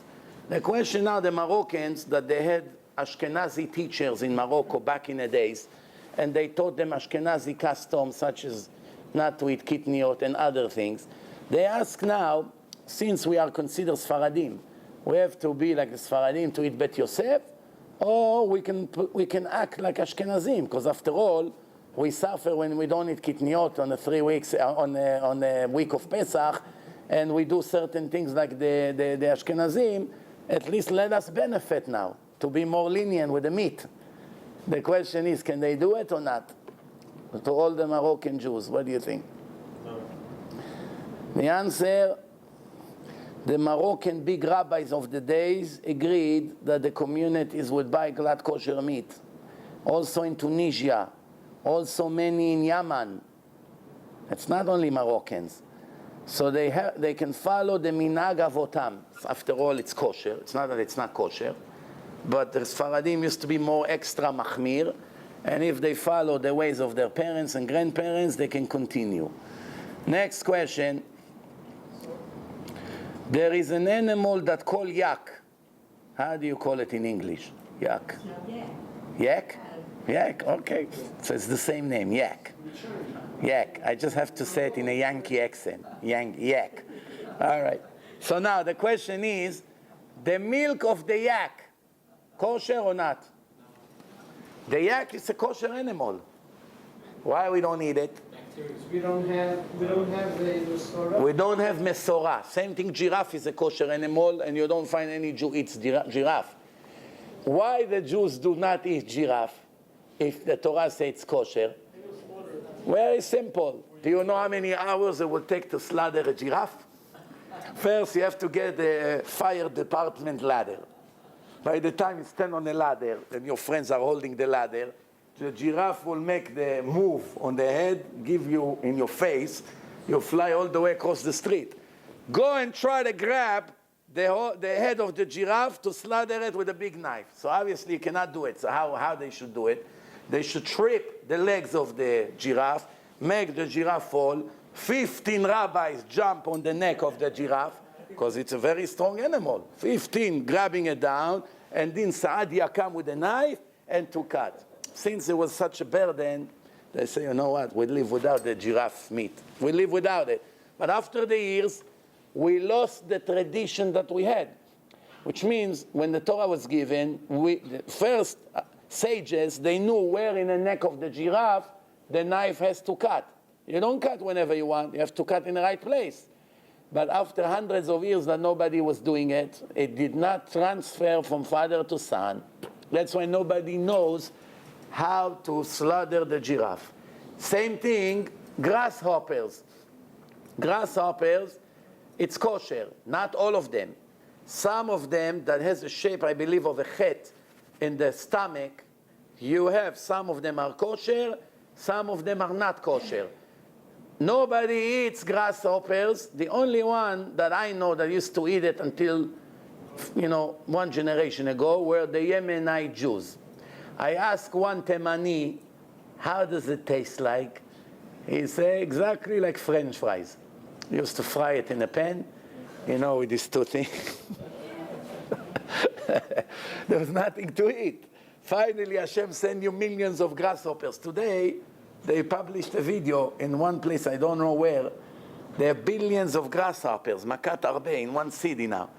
Billions, cover the whole thing. It looks like a huge cloud. They come in millions, and they clean the area. So, we don't know. If I want to eat grasshoppers now, I have tradition, how to tell which one is kosher, which one is not. I don't have. But the Yemenite, if his father was eating, and his grandfather was eating, and his grandfather all the way was eating it, and he went from father to son, he knows which one is kosher, which one is not. There is a famous story about the grasshoppers, which sounds completely like a fairy tale, but it was checked and verified, and actually it happened. Rav Chaim Kanievsky was writing a questions and answer book. People asking him questions. They asked him about the grasshoppers, which kind is kosher. And he had a problem in his mind how to describe it in writing. And while he was sitting and praying to Hashem, put the right words in my mouth that I'll be able to write it, one grasshopper landed right on his tender. And he looked at him, exactly what he was looking for, and he wrote exactly the sign, much like this. And they verified it with his house, and apparently that story, it's true. Because many stories people make up. Many of the stories, not so reliable, or half of it is not reliable, or people add salt and pepper to the story to make it more delicious. But over here, they verify that the story happened. Next question. A Jew that is not Shomer Shabbat pour wine for me in my cup to do Kiddush in his house or in my house. And I don't want to insult him because, if a Jew mechalel Shabbat pour wine, the wine is not kosher, you have to spill it. But the problem is now, what am I going to do, insult him? He already poured, he came, I was about to pour, he doesn't know, he grabbed it to give respect, and he poured for me in my cup. Or a goy, same thing, let's say we had a guest or a nanny, and she didn't know, so she took the wine and she poured in my glass, and she says, Señor, por favor, here, no problem. Now what do? We have a very big dilemma. To drink from it, it's not allowed. It's yain nesech. All you have to do is To insult a person in insult a person in public. Wait. To insult a person in public, it's also a big sin. What do? You say to the nanny to do kiddush, to amiga? Come here, Sandra, make kiddush for us. Sylvia, come here, make kiddush. You're to take that cup and you spill a separate one for you. You pour a separate one for yourself. But if it's the secular Jew, when he makes bracha for you, you still have to do it again. You're not yotze. Then he's going to see that you do kiddush again. When you say you make kiddush on this, I make on this. I want to be mechabed you first. The answer is, if it's a mevushal wine, cooked wine, or pasteurized wine, all grape juice, by the way, they pasteurize it in 80 degrees, so automatically there's no yain nesech in it. Doesn't matter who touched it. Grape juice. But wines, this is the rule. Usually the fat, big bottles, family bottles, are not mevushal. Why? The narrow one, the small bottles that they serve in kosher restaurants, is usually mevushal. Why? Because they know Ahmed. He is the one in a fancy restaurant in Yerushalayim. Ahmed come and say, Mr. Horowitz, give me your plate, and he pour for you. Over here, Chris, in a restaurant, how are you, sir? Oh, we have this wine, we have this wine. Are they going to tell, hey, Chris, do me a favor, don't touch the wine. Where is the kitchen? Let me go get it. It's not realistic, so they make all the small bottles, almost all of them, they make it mevushal. However, some of the people are allergic to mevushal. Like the French people, if you give them the best wine in the world that you pasteurize it, as soon as they taste from it, they spit it in your face. Ooh, what is this? Poison. You get $1 million, you won't tell the difference. But this Francois, as soon as he smells it, he knows that's cooked already. I forget it, don't serve it. Why? For them it's mamash יהרג ולא יעבור. So the question is, you have to be clever. What's the solution? If you can knock it down without ruining your antique Persian rug, knock it down, pretend your hand is shaking, knock it down, oh, I'm so sorry, we'll clean, by the time you forget, you bring something new, and that's it. If it's cooked, you don't have a problem. If after all you have no solution, you're allowed to tell him, oh, the doctor told me I'm not allowed to drink this wine. Since when you're allowed to lie? The answer, it's not allowed. It's not a lie. You have in mind the doctor, the Rambam. The Rambam is the doctor. He wrote in his book that you're not allowed to drink this wine. So you tell them, I'm very sorry. The doctor said to me that for the next few days, I cannot drink from this wine. You understand? So you have to use your head not to insult people. Some of the teenagers that became religious, they have a father that is not Shomer Shabbat. He goes to work on Shabbat. But he is a traditional guy. He remembered that he used to do Kiddush in the house, so he wants to do Kiddush Friday night. He came directly from work. He's still wearing his electrician uniform with all the dirt. He's come, bring the wine, let's do Kiddush. While the television is on and somebody just made a goal and everyone scream, goal! So, ושמרו בני ישראל את השבת, wow! Goal! Brazil! That's how it is in Israel. Oh, turn the volume on. ושמרו בני ישראל את השבת. Pause it, I'm coming. לעשות את השבת. Well, we should be crying.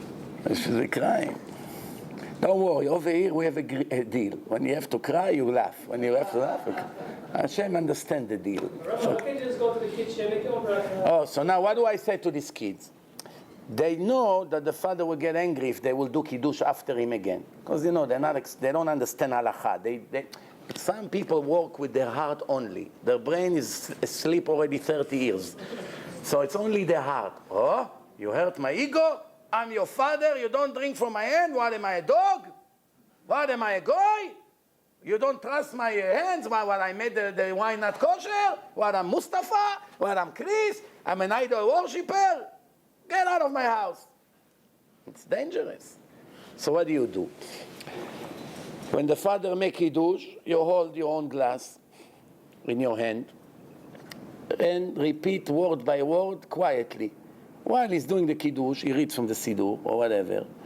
So you also repeat. You say quietly, when he say, Baruch atah borei pri hagefen, you say the same thing and you drink. If your father is very sharp, you can't fool him like that. So what do you do in a case like that?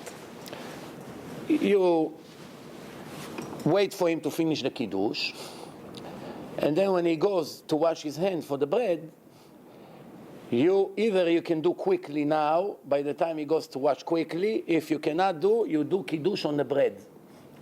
You can do Kiddush on the bread. You say the same Kiddush, just instead, Baruch atah Hashem Elokeinu melech borei pri hagefen, you say Baruch atah Hashem Elokeinu melech motzi lechem min haaretz, and that's the Kiddush.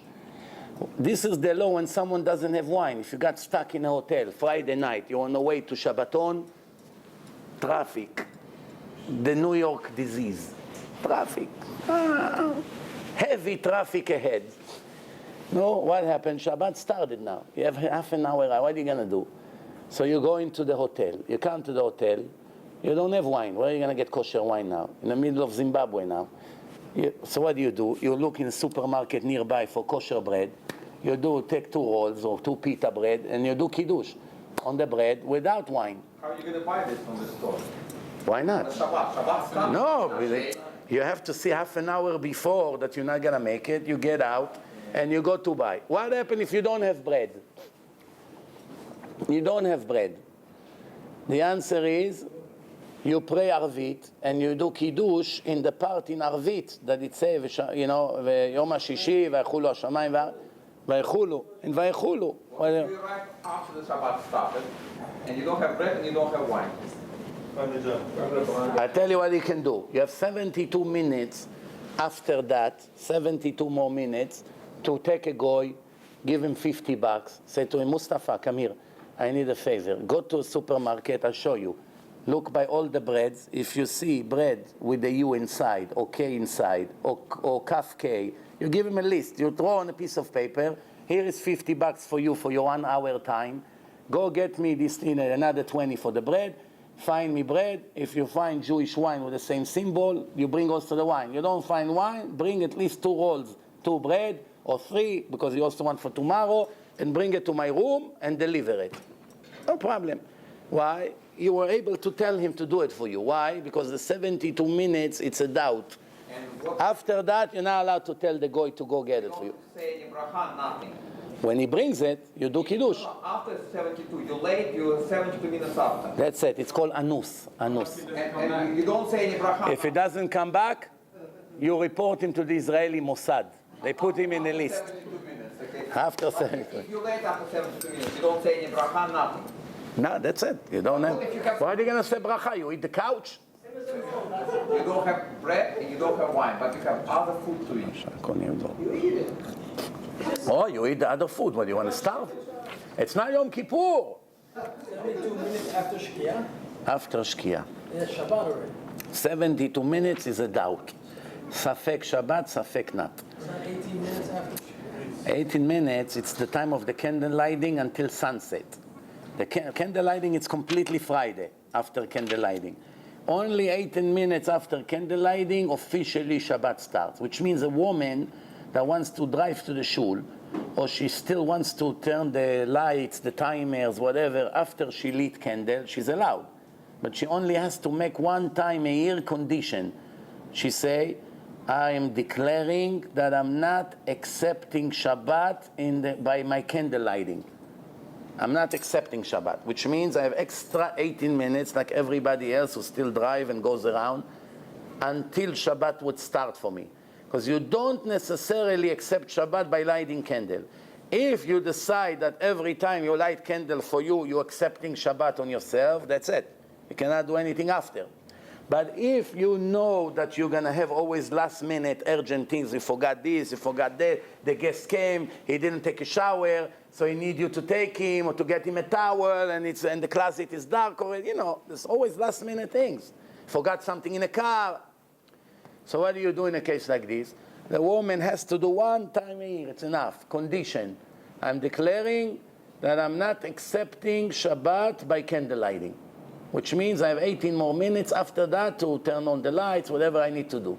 So 72 is after the 18 minutes? 72 minutes, it's another story. Once the sunset started, now it's halacha, Shabbat officially started. We don't play games with this. However, as an argument, when the day really finish, and sunset, or when all the stars begins to come out. There's a lot of already big lights in Shamayim, and it became completely pitch dark. The difference in America and in Europe between sunset and the arrival of the stars, it's 72 minutes. In Israel, it's not like that. In Israel, from sunset until you see the sky is full of stars, 20 minutes. 20 minutes, that's it. It takes 20 minutes in Israel from the time it begins to get dark until it's completely dark, 20 minutes. But America, in the summer, it can be 72 minutes. Easy. You understand? So therefore, if you go to Satmar, the Hasidim, the Satmar, when they came to America, they used to drive 72 minutes after sunset. They still were driving to the mikveh and starting to pray mincha, 70 minutes after Shkia. When everyone finished already Arvit and Kabbalat Shabbat and half of the steak already, Satmar only went to pray mincha. But they came to them, the rabbis in America, and say, hey, this is not Hungary over here. You live here, you came to this place, nobody does what you do. They force them not to do anything in public, not to drive from the time of sunset. However, if a person gets stuck, let's say a person drives with his minivan, he has little children, summer, winter, whatever, what are you going to do? Spend Shabbat in a car? So what do? If you see you're not going to make it, you can get out of the highway, you can find, you go into a gas station, you're always going to find the goyim over there that are looking for a job. You come and say to him, hey, Mustafa, come here. You want to make an easy $200? Yes, this is the address. Here is the GPS. Take me to this hotel. And I'm giving you, it's about half an hour from here, or an hour, whatever it takes. It's got stuck in traffic. So you calculate how much to give him. You say to him, I'm giving you 100 to drive me to this place, and an extra 100 to find yourself a bus or train and to go back. It happens to 4 of my guests in Erev Leila Seder. You know what happened? There was some kind of an accident. I see they didn't arrive. The Yom Tov begin in 2 minutes.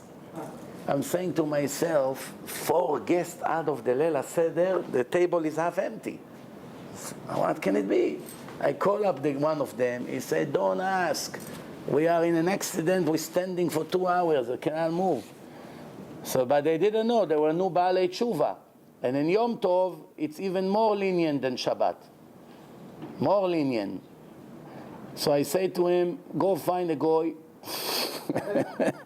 and make sure the goy bring you, this is my address, give him money in advance, tell him when we get to the place, you open the car for what, you bring the, Yom Tov, you don't need to bring the bags inside because you can carry. So you bring the bags inside, you just tell him where to park the car, close everything, lock it, leave the key, or even we can leave the car open, it's Monsi, nobody touch, leave the key on a chair, close, whatever instructions I gave them, and they actually arrived. Without my instruction, they would spend 2 days now, 2 days of Pesach, Yom Tov, or 3, if I remember it was attached to Shabbat. 3 days they would spend in the highway because they wouldn't know what to do. The instruction I gave him, the only problem is they found a black Muslim named Ibrahim that never drove a car in his life. He doesn't have a license, but he saw the $200. That's what he make in Africa in 2 years. He said, no problem, I take you. The whole Pesach we were laughing about how they scream, Ibrahim, be careful, the truck. He said to me, your advice almost got us killed. I said, I told you to take a normal guy that knows how to drive. You take somebody that never had a car.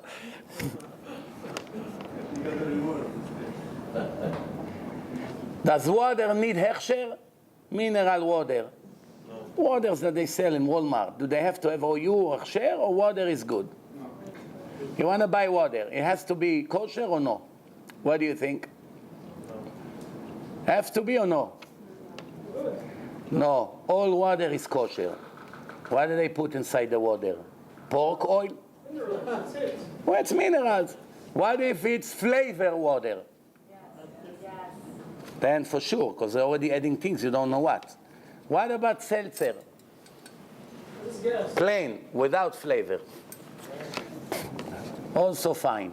What about almonds, pistachios, all these nuts? They're roasted in flavor, something else. Everything that is raw, all fruit, all vegetables, all peanuts, nuts, raw, not roasted, it's automatically kosher. If it was already roasted, they add all kinds of things you don't know. Maybe they put oil, salt, maybe some spices, you don't know. They not always tell you what they put. Then it's not kosher, you have to have kashrut on it. But other than that, raw things are automatically kosher. Medicine that have gelatin in it.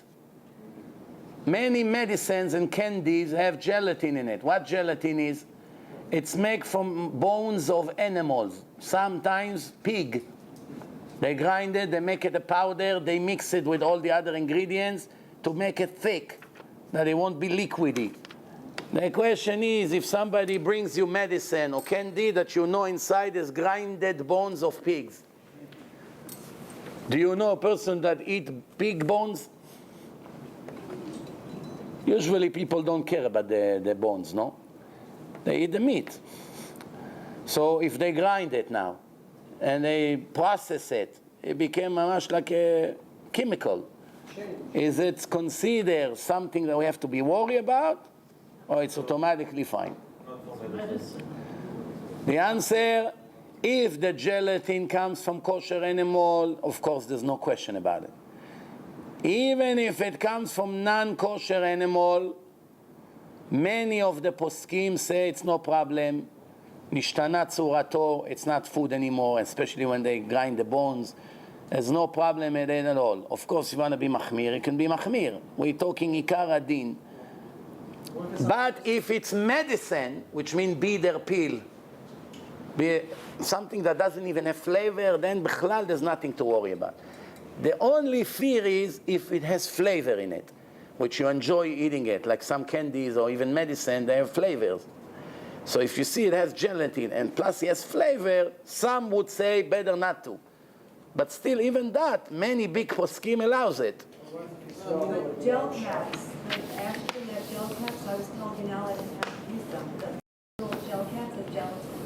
Gel caps, I just told you the halacha. Those who told you you're not allowed, that's the problem of our generation. Someone that decided for himself to be machmir, already for him, that's the law for the whole world. So therefore, when people call him to ask him questions in halacha, oh, of course not allowed. Of course not allowed, you understand? But I give you an example. If a rabbi is a big Ashkenazi posek, and Sfaradi call him, and he recognizes from the accent that this is Moroccan, or Iraqi, or Syrian, he recognizes some Arabic accent in his voice. You know, you see that he's not, from Austria. So he has to use his mind, this Ashkenazi. He asked him, I want to eat hummus and Pesach. Am I allowed? There are two kinds of Ashkenazim rabbi. Some say, woo, shegets, hummus, skitnios, not allowed. He knows he's Sfaradi, but he still telling him you're not allowed. Why? For him, whatever the Sfaradim customs are, doesn't count. We have our own way. It's either my way or the highway. That's a sinner. He has to tell him, for us, the Ashkenazim is not allowed. This is our custom. For you, the Sfaradim, it's perfectly fine. No problem at all. Same thing, Sfaradi. When Ashkenazi come to him, even though Sfaradi is allowed, he has to tell him, you, the Ashkenazim, machmirim in this, you're not allowed. That's why today a good posek has to know halachot of everybody. He has to know. Why? Because there's so many different kind of Jews with different customs. You have to know that. Otherwise, you have to say, I do not know the laws of the Sfaradim or the customs of the Sfaradim. Ask a Sfaradi rabbi. Don't be embarrassed to admit. And sometimes there's special halachot only for Baalei Tshuva. Why? They just started to become Shomrei Mitzvot. What the posek answer to regular frum from birth, or someone that is religious for 20, 30 years already, not always he give the same answer to a Baal Tshuva that just started. I'll give you an example. I had two of my Baalei Tshuva, a woman that got remarried, second marriage, to a nice Israeli guy, both of them Israeli, nice people. Now they married, but she has a son from first marriage, which moved to live with his rich father. And the rich father is making him bar mitzvah. She already got remarried to somebody else. And the bar mitzvah is far away. They cannot, it's Shabbat. How are they going to come to the shul? So they asked me if they can take the subway to the place on Shabbat by putting the token. Used to be tokens in those days. They come, they put the tokens on Friday afternoon inside, and then they sneak in. It's not considered sneaking because they paid for that, right? So they asked me if they can take the subway to their son bar mitzvah. And I knew that if I tell them you're not allowed, there's a very, very high chance that they're not going to be able to pass the test. Because they only shomer Shabbat 2-3 weeks. They just started. They may take the car and drive, which is already a very, very, very big sin, is Isur Karet. Using the subway, it's rabbinical restriction. Why? You don't drive anything, you don't turn any electric, you move into a subway and the goyim drive it for themselves. So what's the sin? Only marit ayin, that people see you. if you solve the problem with the token, you don't have to carry, you do it on Friday, you come with no money, no nothing in your pockets, nothing, you dress for Shabbat, you get on a subway and you go to the place of the bar mitzvah, and then Motzei Shabbat somebody gives you a ride, then it's no problem. Technically from the Torah, it did not make any sin. However, if people would see you, that's called maritime. So I asked a very big posek. I cannot tell you his name because he warned me not to ever say it in his name. But he said, tell them to put the subway, the token inside on Friday, and not to put yarmulke or any Jewish things that people would recognize them, either a hat like this, and to get on the subway like two goyim, of course, dress modest, like nobody would know, and go over there, and to go to the bar mitzvah. But tell them that that's not the law, that they should know that only because they knew Baalei Tshuva, we're being extra lenient with them. Not to think that from now on it's allowed. It's only because of that emergency. And Baruch Hashem, these two became very religious and established a beautiful kosher home. And who would have known if I used my own common sense without asking this Chacham, my first reaction would be, the story was 16, 17 years ago. I didn't have half of the knowledge I have today. So I would tell them, Subway on Shabbat, you crazy? And then they say, Subway? I'll show you Subway. We get in a car, get rid of this fanatic rabbi. But when you put the talking into a machine, that's on Friday. I know Friday. You put the talking in your pocket on Friday, I understood. But when you put the talking into the machine, that's a light goes there, green or something like that. So basically you're tuning on some kind of a light. No, but they put the token on Friday during the day. They came to the subway in the neighborhood. They put two tokens inside and turned the thing on. But then there's revolving door. I don't know how the subway is. I haven't been in a subway 20 years. But the last time I've been in a subway, I remember there was a side revolving door that you can sneak in. But the problem is that there's police walking around.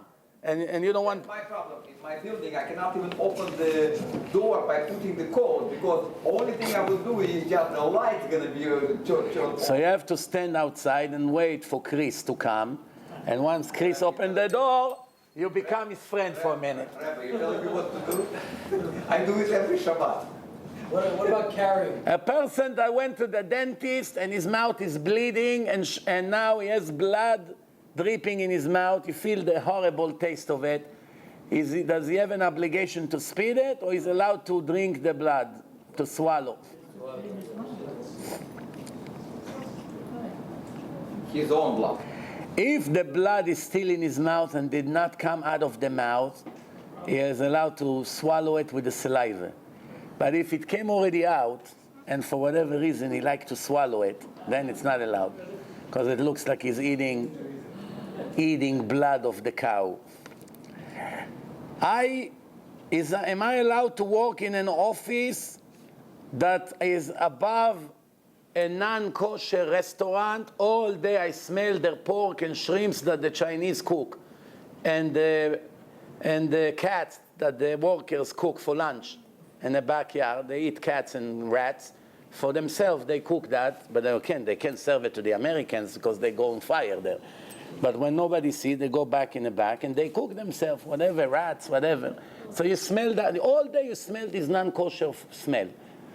Is that a problem to smell it, or it's only a problem to eat it? Problem to eat it only.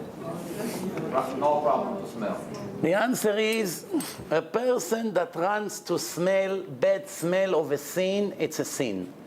If somebody make smoke for idol, and it smells delicious, like great perfume, like these Jamaicans, they have all this in Manhattan. You come, you smell it 5 miles away. You know all this ketore that they have? They're not doing it for idols, they do it for the smell.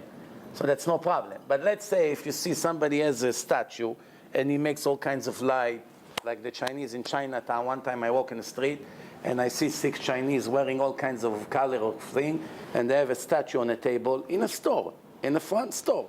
And they go around with drums and this, and go around, and they bow down, they go around. I said, what's going on here? These people make iPhones. size of that? So I said, now what happens if that from that store a perfume smell comes out if they light something? Then you're not allowed to smell it. You have to run away. However, if the smell comes to your nose be'al korchecha, forcefully, you're not interested in it. You are in a place, you're in an office, you're arrested now in a police station with handcuffs. And this Vini decided to take his idol and put over there, and you have to smell it now. What are you going to do? You're not going to breathe? It's not a sin. It's only a sin if you run to smell it.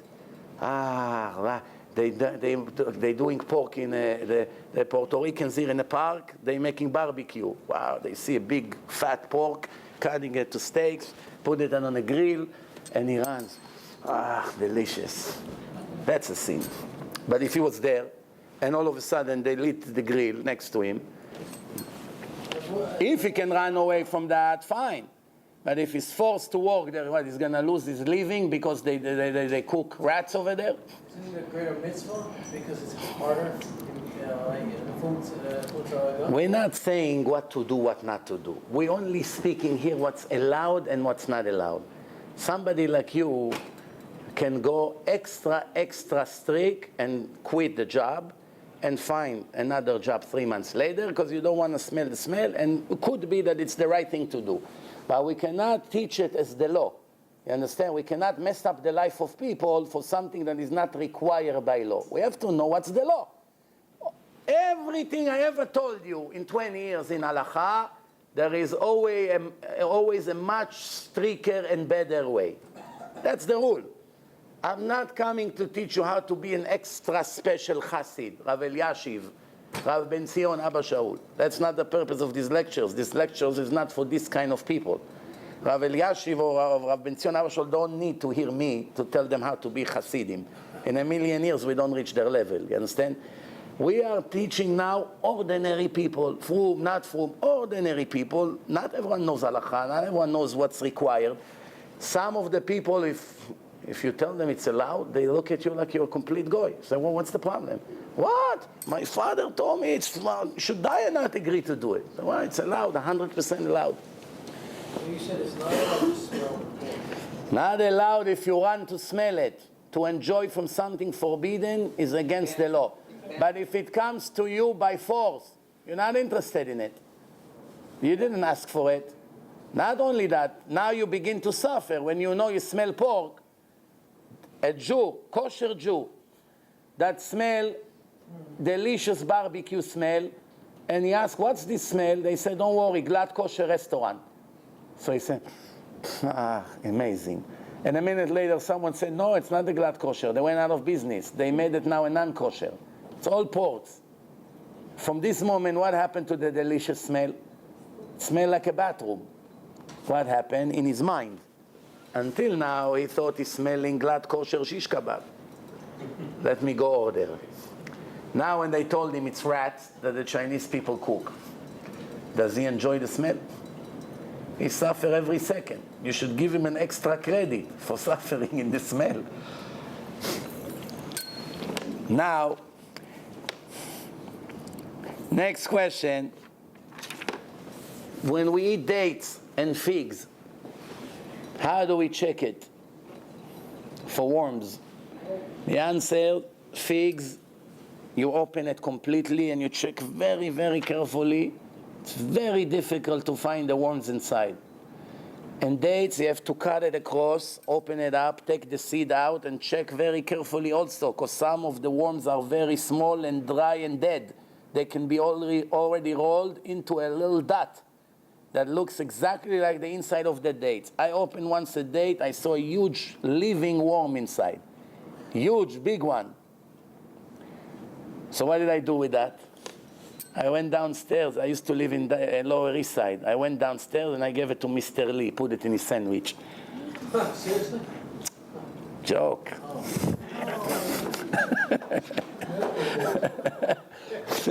Only Shem Tov Tzaddik believed that story. He's a neshama. This guy is a very special neshama. Very special. Huh? A lot of these things, to eat fruits and vegetables is a hassle. Everything you have to check. It's not worth eating anymore. Eat something else. Right. I don't eat certain things because of the hassle of checking it. You're right. If the container has an old... Am I allowed to hold in my house a cookbook of non-kosher food? That inside you have recipes how to cook pork, shrimps, non-kosher cookbook. But I will only cook from that book, of course, with kosher ingredients. Shrimps, I leave it out. I use for the rest.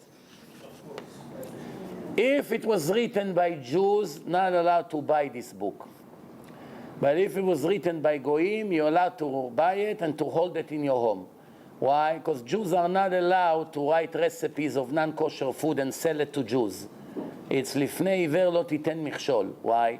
Because without that cookbook, Itzik from Tel Aviv wouldn't make himself shrimps now.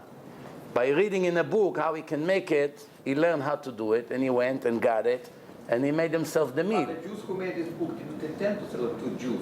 They intended to sell it to public. Some things you don't intend, but it's obvious that it will happen. It's called Pasik Resha Velo Yamut, like in Shabbat.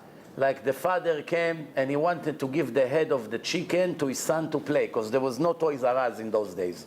You know, so how they used the kids 2,000 years ago playing on Shabbat. You want to make the baby quiet, you chop the head of the chicken, later you eat the chicken. First you slaughter him, then you take off his head, and he has the beak with the red crown, and you throw it to the kids, and you see the kids playing puppet show. That's how it used to be. You wash it good from the blood, of course, and they play with that. The kids of 2,000 years ago were not so spoiled. $15,000 toys rooms. They were very happy with that. They play with the sheep. You know, you make them sit on a sheep. He goes on the sheep. Little kids, they play with the roosters. But Shabbat now, you cannot touch the living animal. It's muktzeh. So what happened? You want your kid, the Gemara asks in Masechet Shabbat, father asks if he can chop the head of the chicken, give it to his son to play, to be quiet all Shabbat, and then later he will eat it. He's not interested to slaughter. You're not allowed to slaughter animals and kill them on Shabbat. But since he's not interested to kill the animal, his kavanah is to give the baby the head. If it was up to him, he would remove the head and keep the chicken alive until after Shabbat. He doesn't need him dead now. So the Gemara asks if it's allowed on Shabbat or not. The answer, it's not allowed. Even though you had no intention to kill the animal, and you need intention to be a sinner on Shabbat, since it's obvious that it will happen, even if you're not interested in it, it's not allowed. Things that sometimes happen, sometimes does not happen. It's not obvious. For instance, a person wants to brush his teeth because he doesn't want the whole shul to run out when he walks in. So somebody like that wants to brush his teeth on Shabbat. Now, with liquid. Liquid. The Sfaradim allowed to use toothpaste. The Ashkenazim only liquid. But he wants to brush.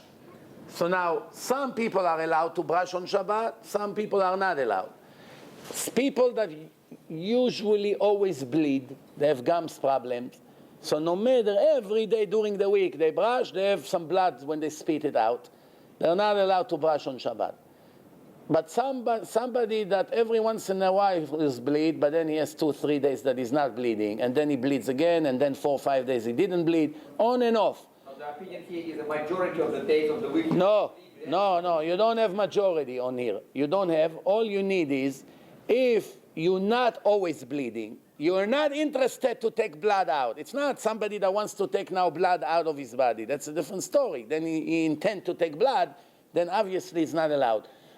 I'm talking now, I'm not even interested that blood would come out. It's against my intention.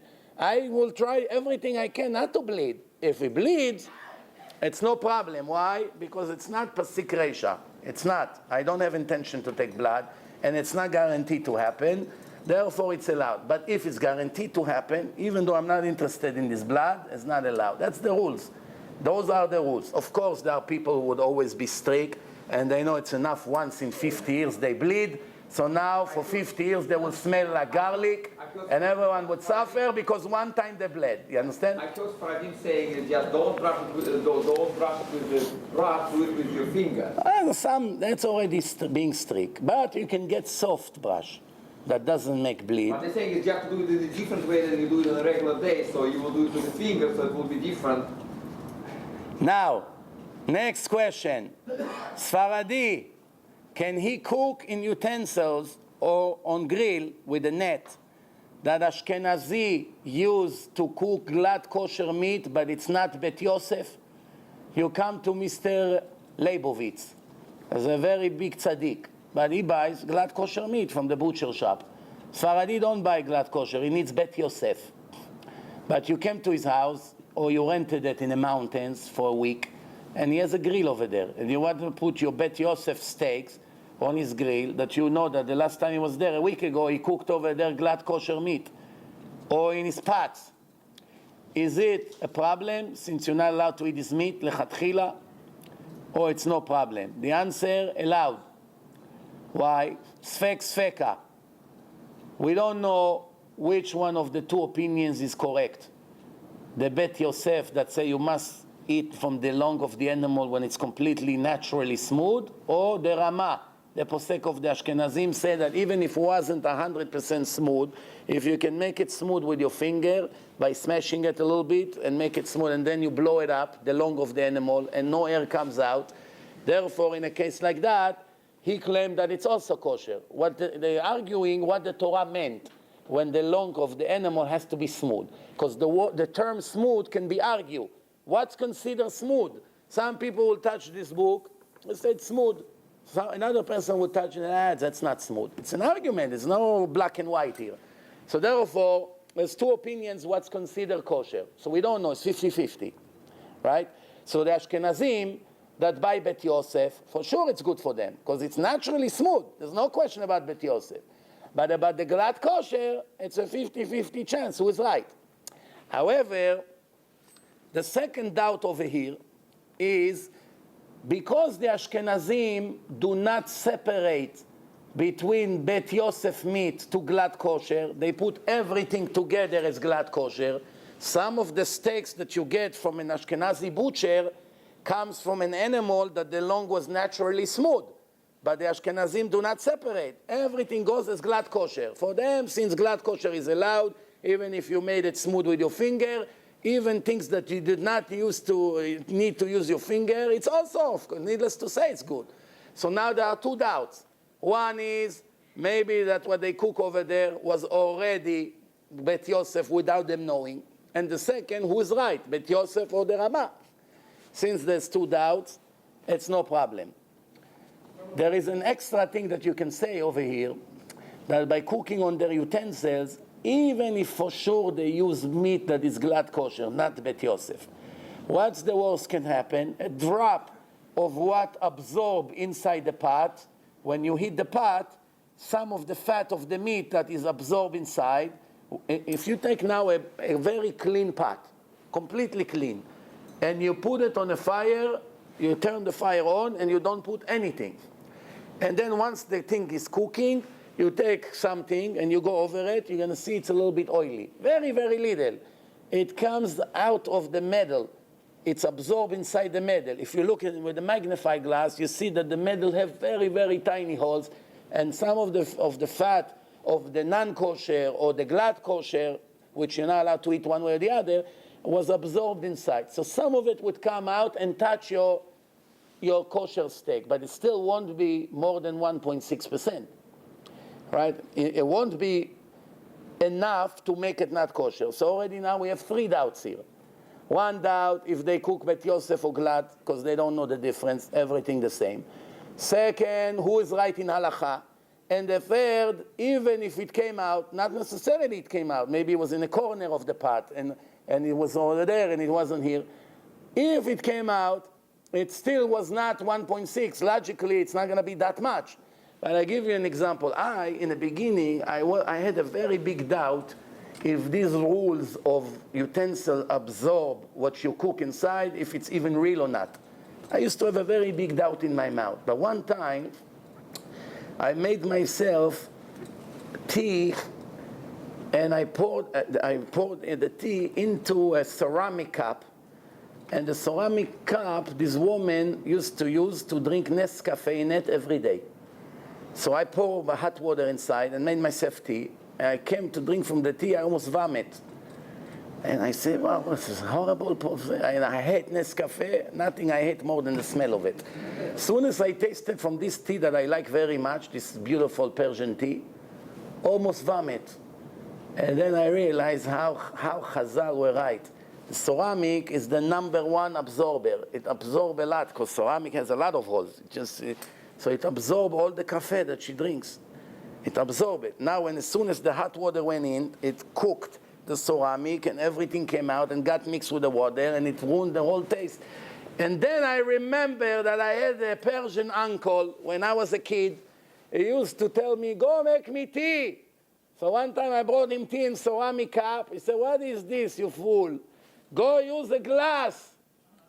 You don't know Persian only drink in glass cups? How am I supposed to know?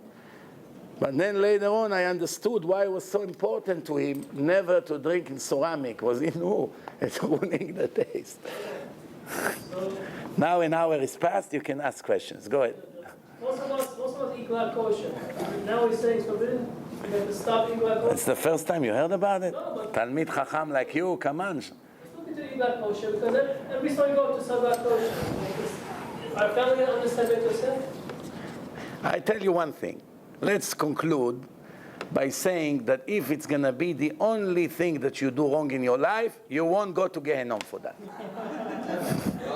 We're talking about the tickets to Olam Haba, not Gehenom.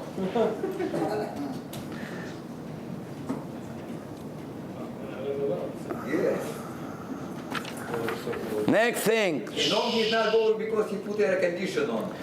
Medicine for Pesach that does not say on it kosher for Pesach. Is it allowed to be used on Pesach? Maybe it has wheat in it. Some medicine has wheat inside. Allowed or not allowed? Doesn't have kashrut. If the doctor's saying no other replacement, allowed. If you can ask the doctor to replace it, you replace it. The answer is, this is the rule. Every medicine that does not have good flavor, which means has bitter flavor, you put it in your mouth, you want to vomit, like all these pills, chemicals. All these pills that have no taste, which they went through a process, it became mamash, like bleach. You don't need kashrut in it at all. Doesn't matter what's inside. It does not deserve to be eaten by a dog. You give it to a dog, he'll spit it. Therefore, you don't need. But don't tell it to the Hasidim because they throw you out of their house. They won't take the medicine unless if it's a kasher lePesach.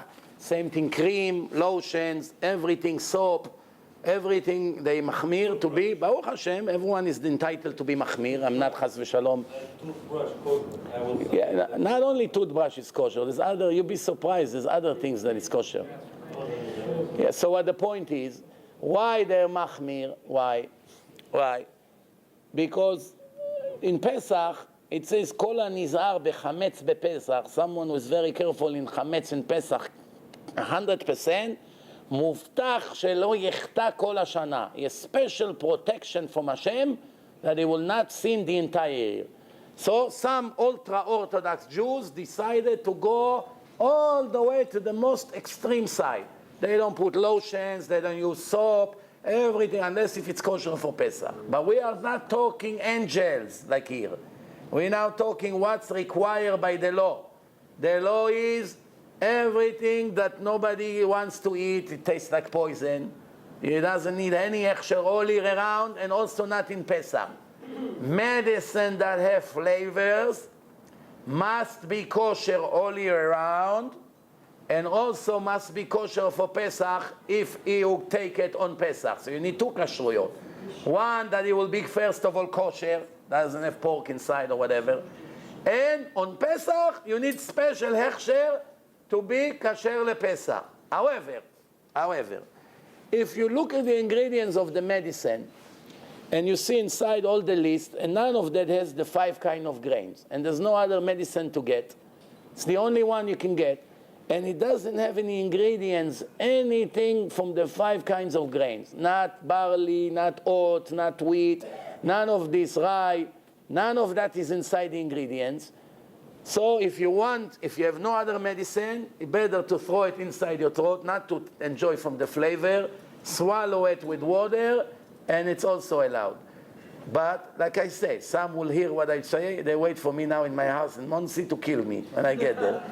But in this job, you have to be brave. In this job, of course, in case like that, you have to do your best to get something that say kosher for Pesach. But if you need a medicine and they don't make it kosher for Pesach, usually it's more for babies. I get every time before Pesach, the week before, tons of questions about medicine that babies take. They have all kinds of problems, and they can't get it kosher Pesach, and it's very important for their baby to take this medicine. Kids with complications. So you have to find a way what's allowed, not always not allowed. To say everything is not allowed, you don't need to learn Torah all your life. You can be Mustafa. Mustafa allowed? Not allowed. Everything, not allowed. You're allowed to eat cow? Not allowed. What about pikuach nefesh? Pikuach nefesh, you can eat pork and suck the bones. And if you don't eat it, you're going to get punished.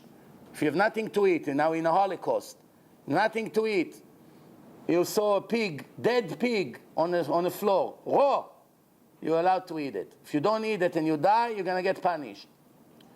Not only that, they had a question if they can eat the bodies of the dead Jews. In Halakha, I used to be neighbor with Rav Ashri, alav Shalom, big tzaddik, big Talmid Chacham, was the rabbi in the most horrible time in Jewish history. People had to come to him daily to ask him questions about life and death.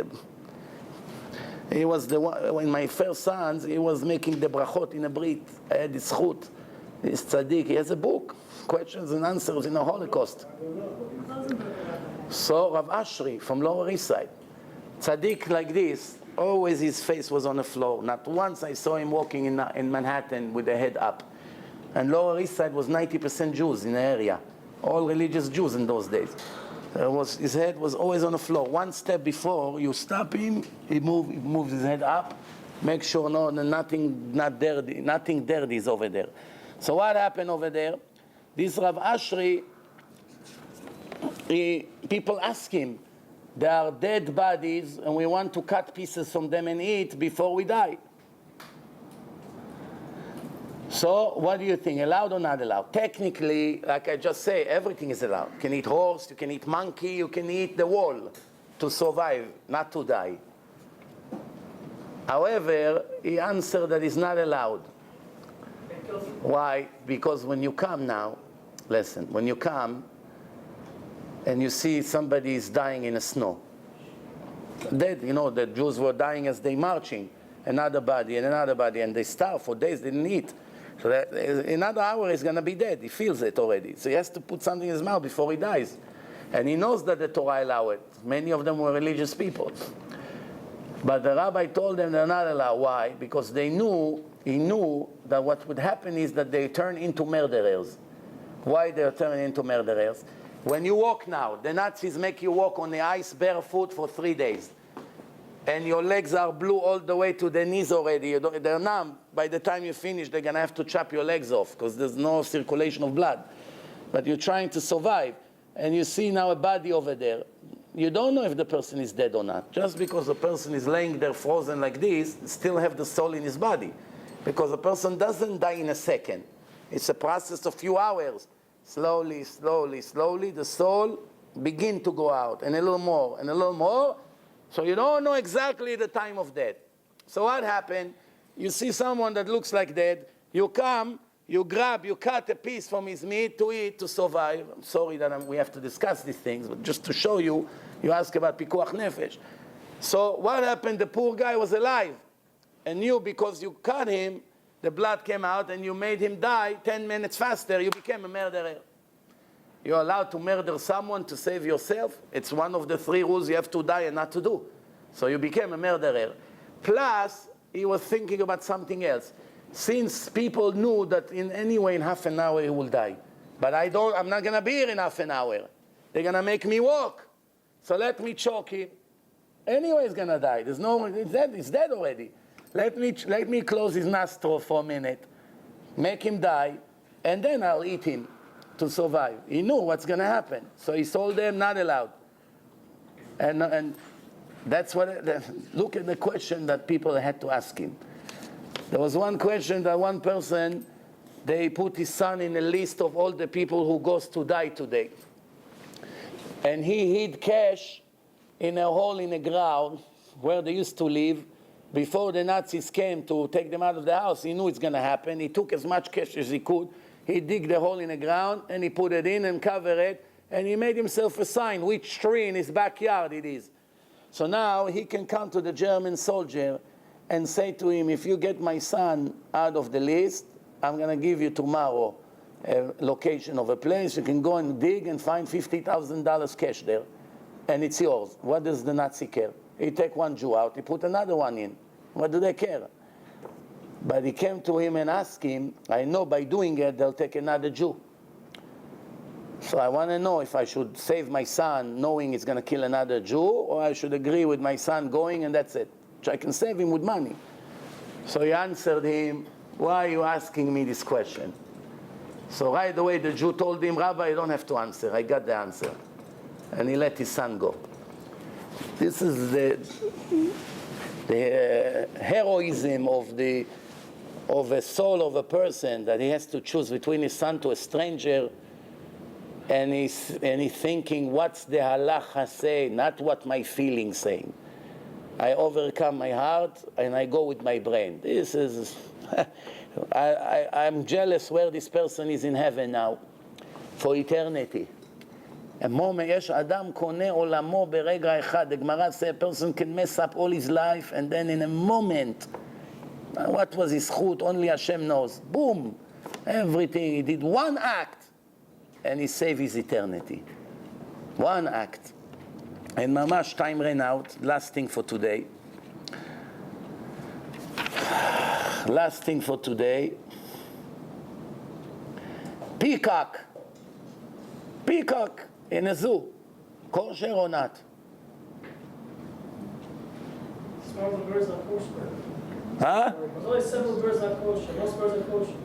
Peacock, I don't know. Peacock, it's kosher, but we're not allowed to eat it. Same thing like the giraffe. We don't have mesorah. We didn't have an organized tradition, because people didn't want to kill this beautiful animal. So they let it live. So over the generation, no one was eating it. Who has the heart to slaughter a peacock? I wonder how much a peacock costs. Probably thousands of dollars, no? It's not a regular bird. So probably for a different reason than giraffe. Giraffe, it's hard to slaughter. Peacock, it's easy to slaughter. But peacock, it's too expensive to eat. Let's eat chicken, $12. Then $1,200. Huh? Tastes like chicken, probably. A fly fell into my soup.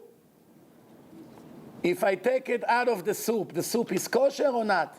Yes. Because the fly got cooked now by the boiling soup, and some of his meat dissolved into my soup. So it's soup with delicious fly flavor. Take it out. In Chinatown, the price of the soup just doubled.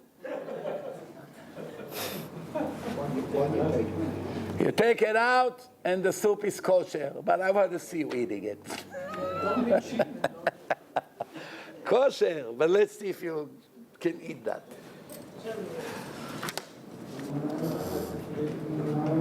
Come on. Worms in a fish. Almost all fish has worms in them. I just saw one lady goes like this. You had plenty of worms in the salmon fish that you eat. The question is, were they kosher worms or not? What does it mean, kosher worms? Not all worms is forbidden. In the fish. Worms between the skin to the meat of the fish. If you remove the skin, between the skin to the actual fish. Or inside the meat, in between the meat, very, very microscopic, tiny worms, allowed. Because they were born there from eggs. They were born from eggs. They did not come out and came in later. This is the place of their life. Therefore, many poskim allows it. Some say it's only allowed from fish that come from Norway or Chile. Why? Because over there they're very careful to feed them clean food, healthy food. Like the ones in Costco, most of them is chili, if you see. The salmon, chili, chili, chili, chili. Some places they feed the fish all the worst dirt that you can think of. Now it's going to be more from Norway. Huh? Now it's going to be more from Norway. Yeah? You know why, right? Norway? Yeah, now it's going to be more from Norway. Why? Because of your favorite subject. Because Putin prohibited the Norway salmon to go to Russia. Ah, yeah? Yeah. Ma, Putin is in a war with Norway also? No, from all European Union. All European. Fruits and vegetables and everything. I tell you, in Israel, we need Putin to take the place of Netanyahu urgently. In that review. I would offer him the job. We need a leader that is a leader, not politician. The rest of the world, they can handle a prime minister or a president that is a politician. In Israel, a president has to be an animal, has to be a brave animal that goes and does the job get done, not afraid of what they say on him or not. He's doing it by Torah, Rabbi. He's acting precisely by Torah. Precisely. You are welcome. Why do you think I offer him the job? The only problem is that the parasha that we read 3 days ago, Parashat Shoftim, say if you put a king on you, he has to be a Jew.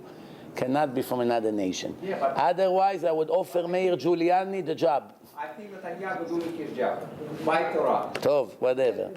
Yes, some says, shh. The ones who are growing a fish that eat all the garbage that comes to their mouth, they are not allowed.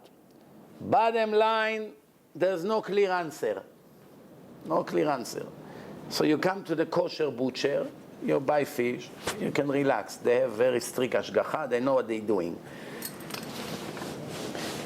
If you bought kosher fish from Chinatown, it's half a price, but they took the knife that they just cut non-kosher shark, and a minute later, they cut your salmon with the same knife. Or they cut shrimps, and with the same knife, they cut the fish. And even if they go quickly in the water, it's still not clean from the fat of the shrimps or whatever.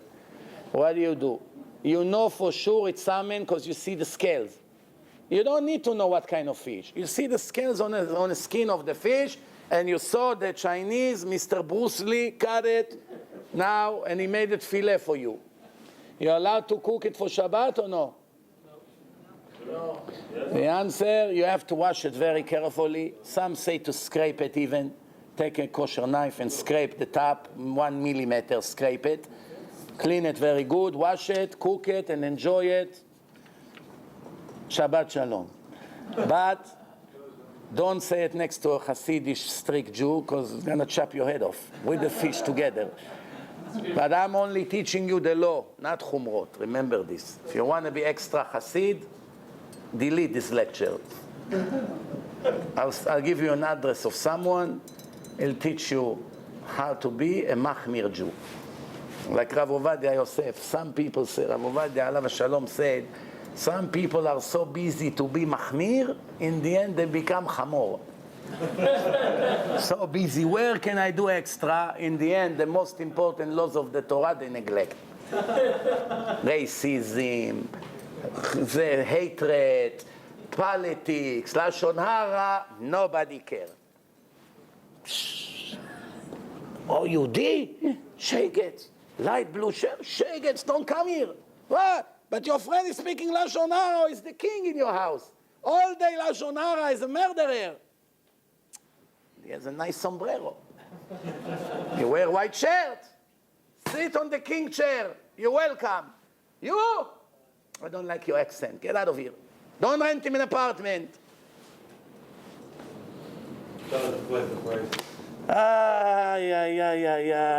I'm dying to see the face of Mashiach when he comes and he finds out what's happening here. Just for a minute, just for 1 minute, it's worth it. When he comes and see what's going on here. So what's going on here? Since the last time, Eliyahu Hanavi will be the first one who get the shock, because his job is to come blow the shofar. Now you're going to bring the shofar, right away 15 people scream, wait a minute, this shofar is not kosher. It doesn't have my hashgacha on it. So Eliyahu comes, One guy, this guy. No, mine is short. Not kosher, this kosher. Eliyahu say, you know what? See you in 1,000 years, Hashem Yerachem. I'm already got dizzy. Some people will get upset that the Mashiach would come on a donkey. They say, I'm sorry, it's not Kavod Torah. What do you mean? You came, no, go back to the mountain. Mr. Cohen, is your Rolls Royce available? Please send it to Har HaZeitim immediately, overnight, in my private jet.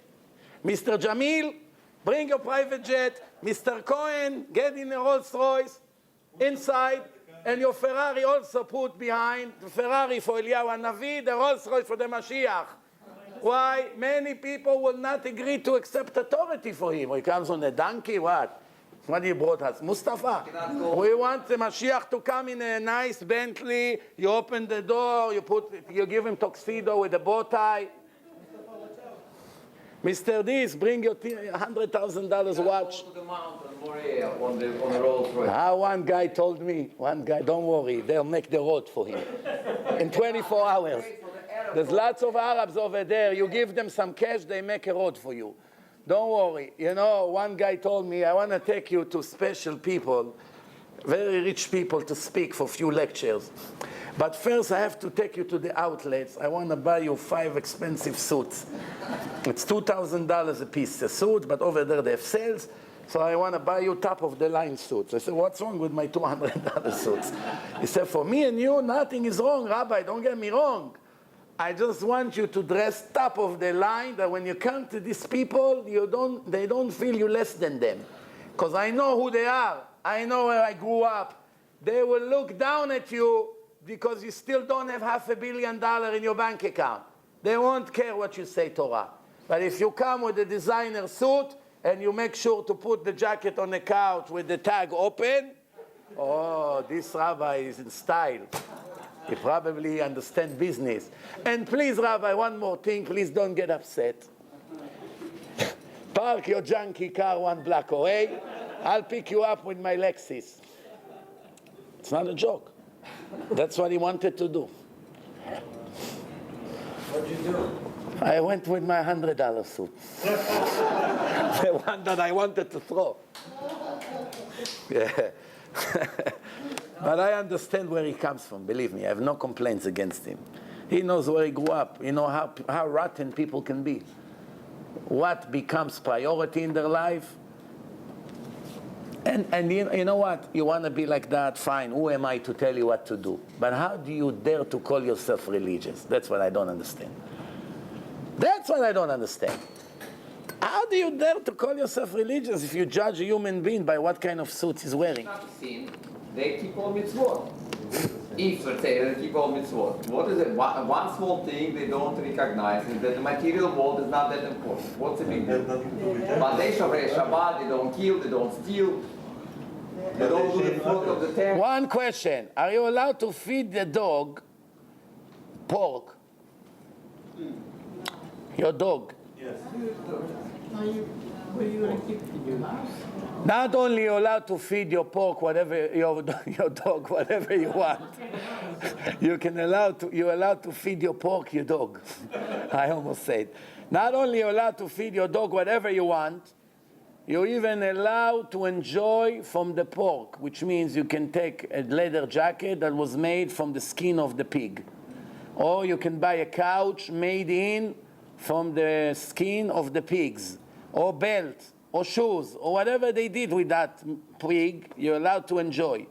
You're only not allowed to eat it, to trade with that, to raise pigs and sell them, and to basically, even to the goyim, you're not allowed to trade. So in other words, if you buy from a certain place pigs and you want to send it to Little Italy, when they like to make all kinds of, spaghetti bolognese with those pigs. So you're not allowed as a Jew. Even though you have no intention to eat it, but since you trade and enjoy from this money, that's a problem. But however, if you buy a product that was made from the pig, not for eating, no problem. Are we allowed to eat fish after meat, or meat after fish, or not allowed?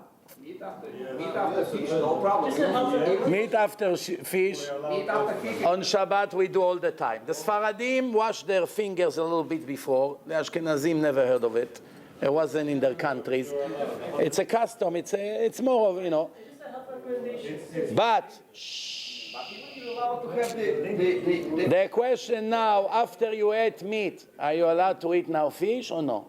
Rambam says absolutely no. It's not good for your body. Other than Rambam, The answer, allowed. yes.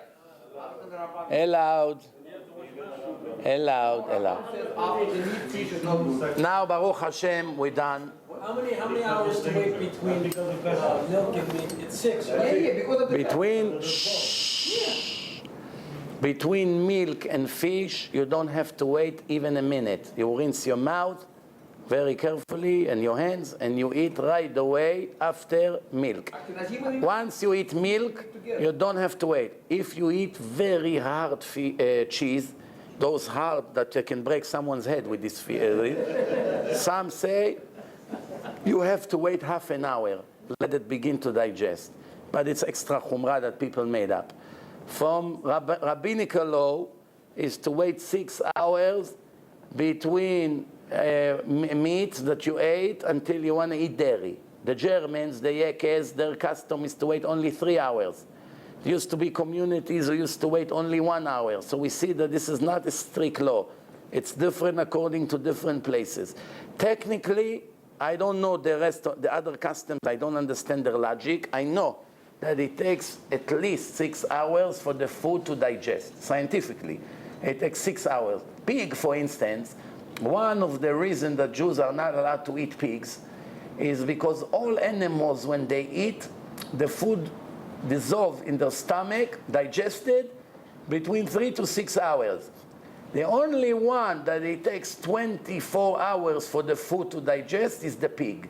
And it's very, very interesting. Why? Because the pig is the only animal that eats basically everything.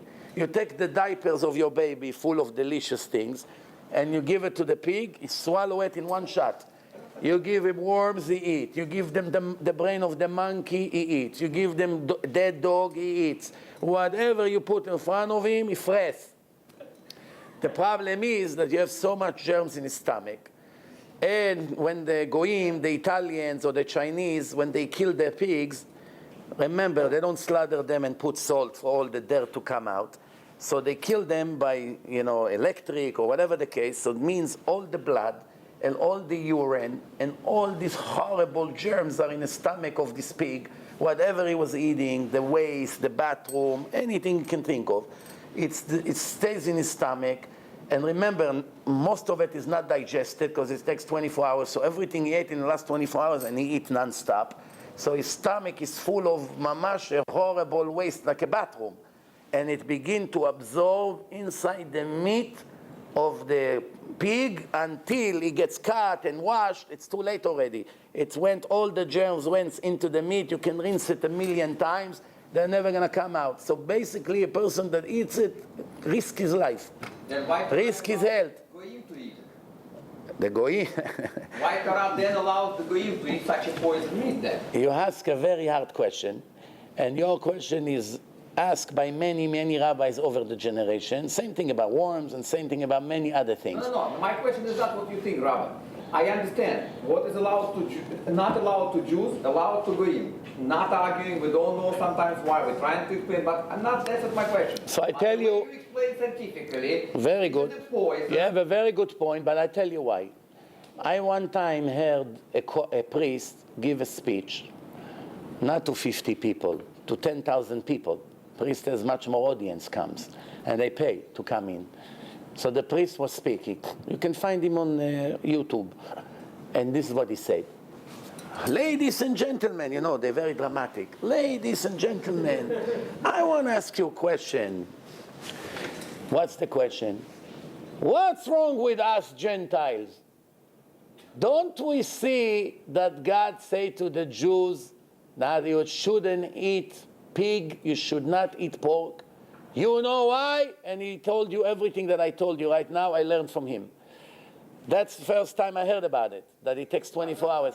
Wait. So then after he gave his speech, and he say, we, the Christians, he's speaking to them like Christians, we should have learned from certain things that God said to the Jews that is not allowed, right away that he meant for us that it's also not allowed. It's needless to say. If he meant, he would say. He didn't mean it. Again. Otherwise, he would No, wait. They're not going to get punishment for eating pork. They're allowed to eat whatever they want. The goyim can eat their dog alive, no problem. However, everybody understand now. You ask, why God allow Vinny to eat his dog alive? You know it's not healthy. At least cook it. No? Animals, raw. Eat it. You have a dead rat now, not cooked, full of germs. The Torah said to the goyim, you're not allowed to eat it? No. If a goy eats it, he has a punishment? No. Jew eats it, he has a big punishment. A goy, he can eat it, no problem. Goy can eat people also. Can be a cannibal. A dead body, he takes it and eat it raw. Why the Torah didn't say to the goyim, you're not allowed to eat it? Use your head. What, everything has to be said to you? Use your common sense. You see that I told the Jews not to touch pork. Don't touch it. I don't have to give you a separate Torah. That's my answer to you. Baruch Adonai L'olam, Amen v'Amen.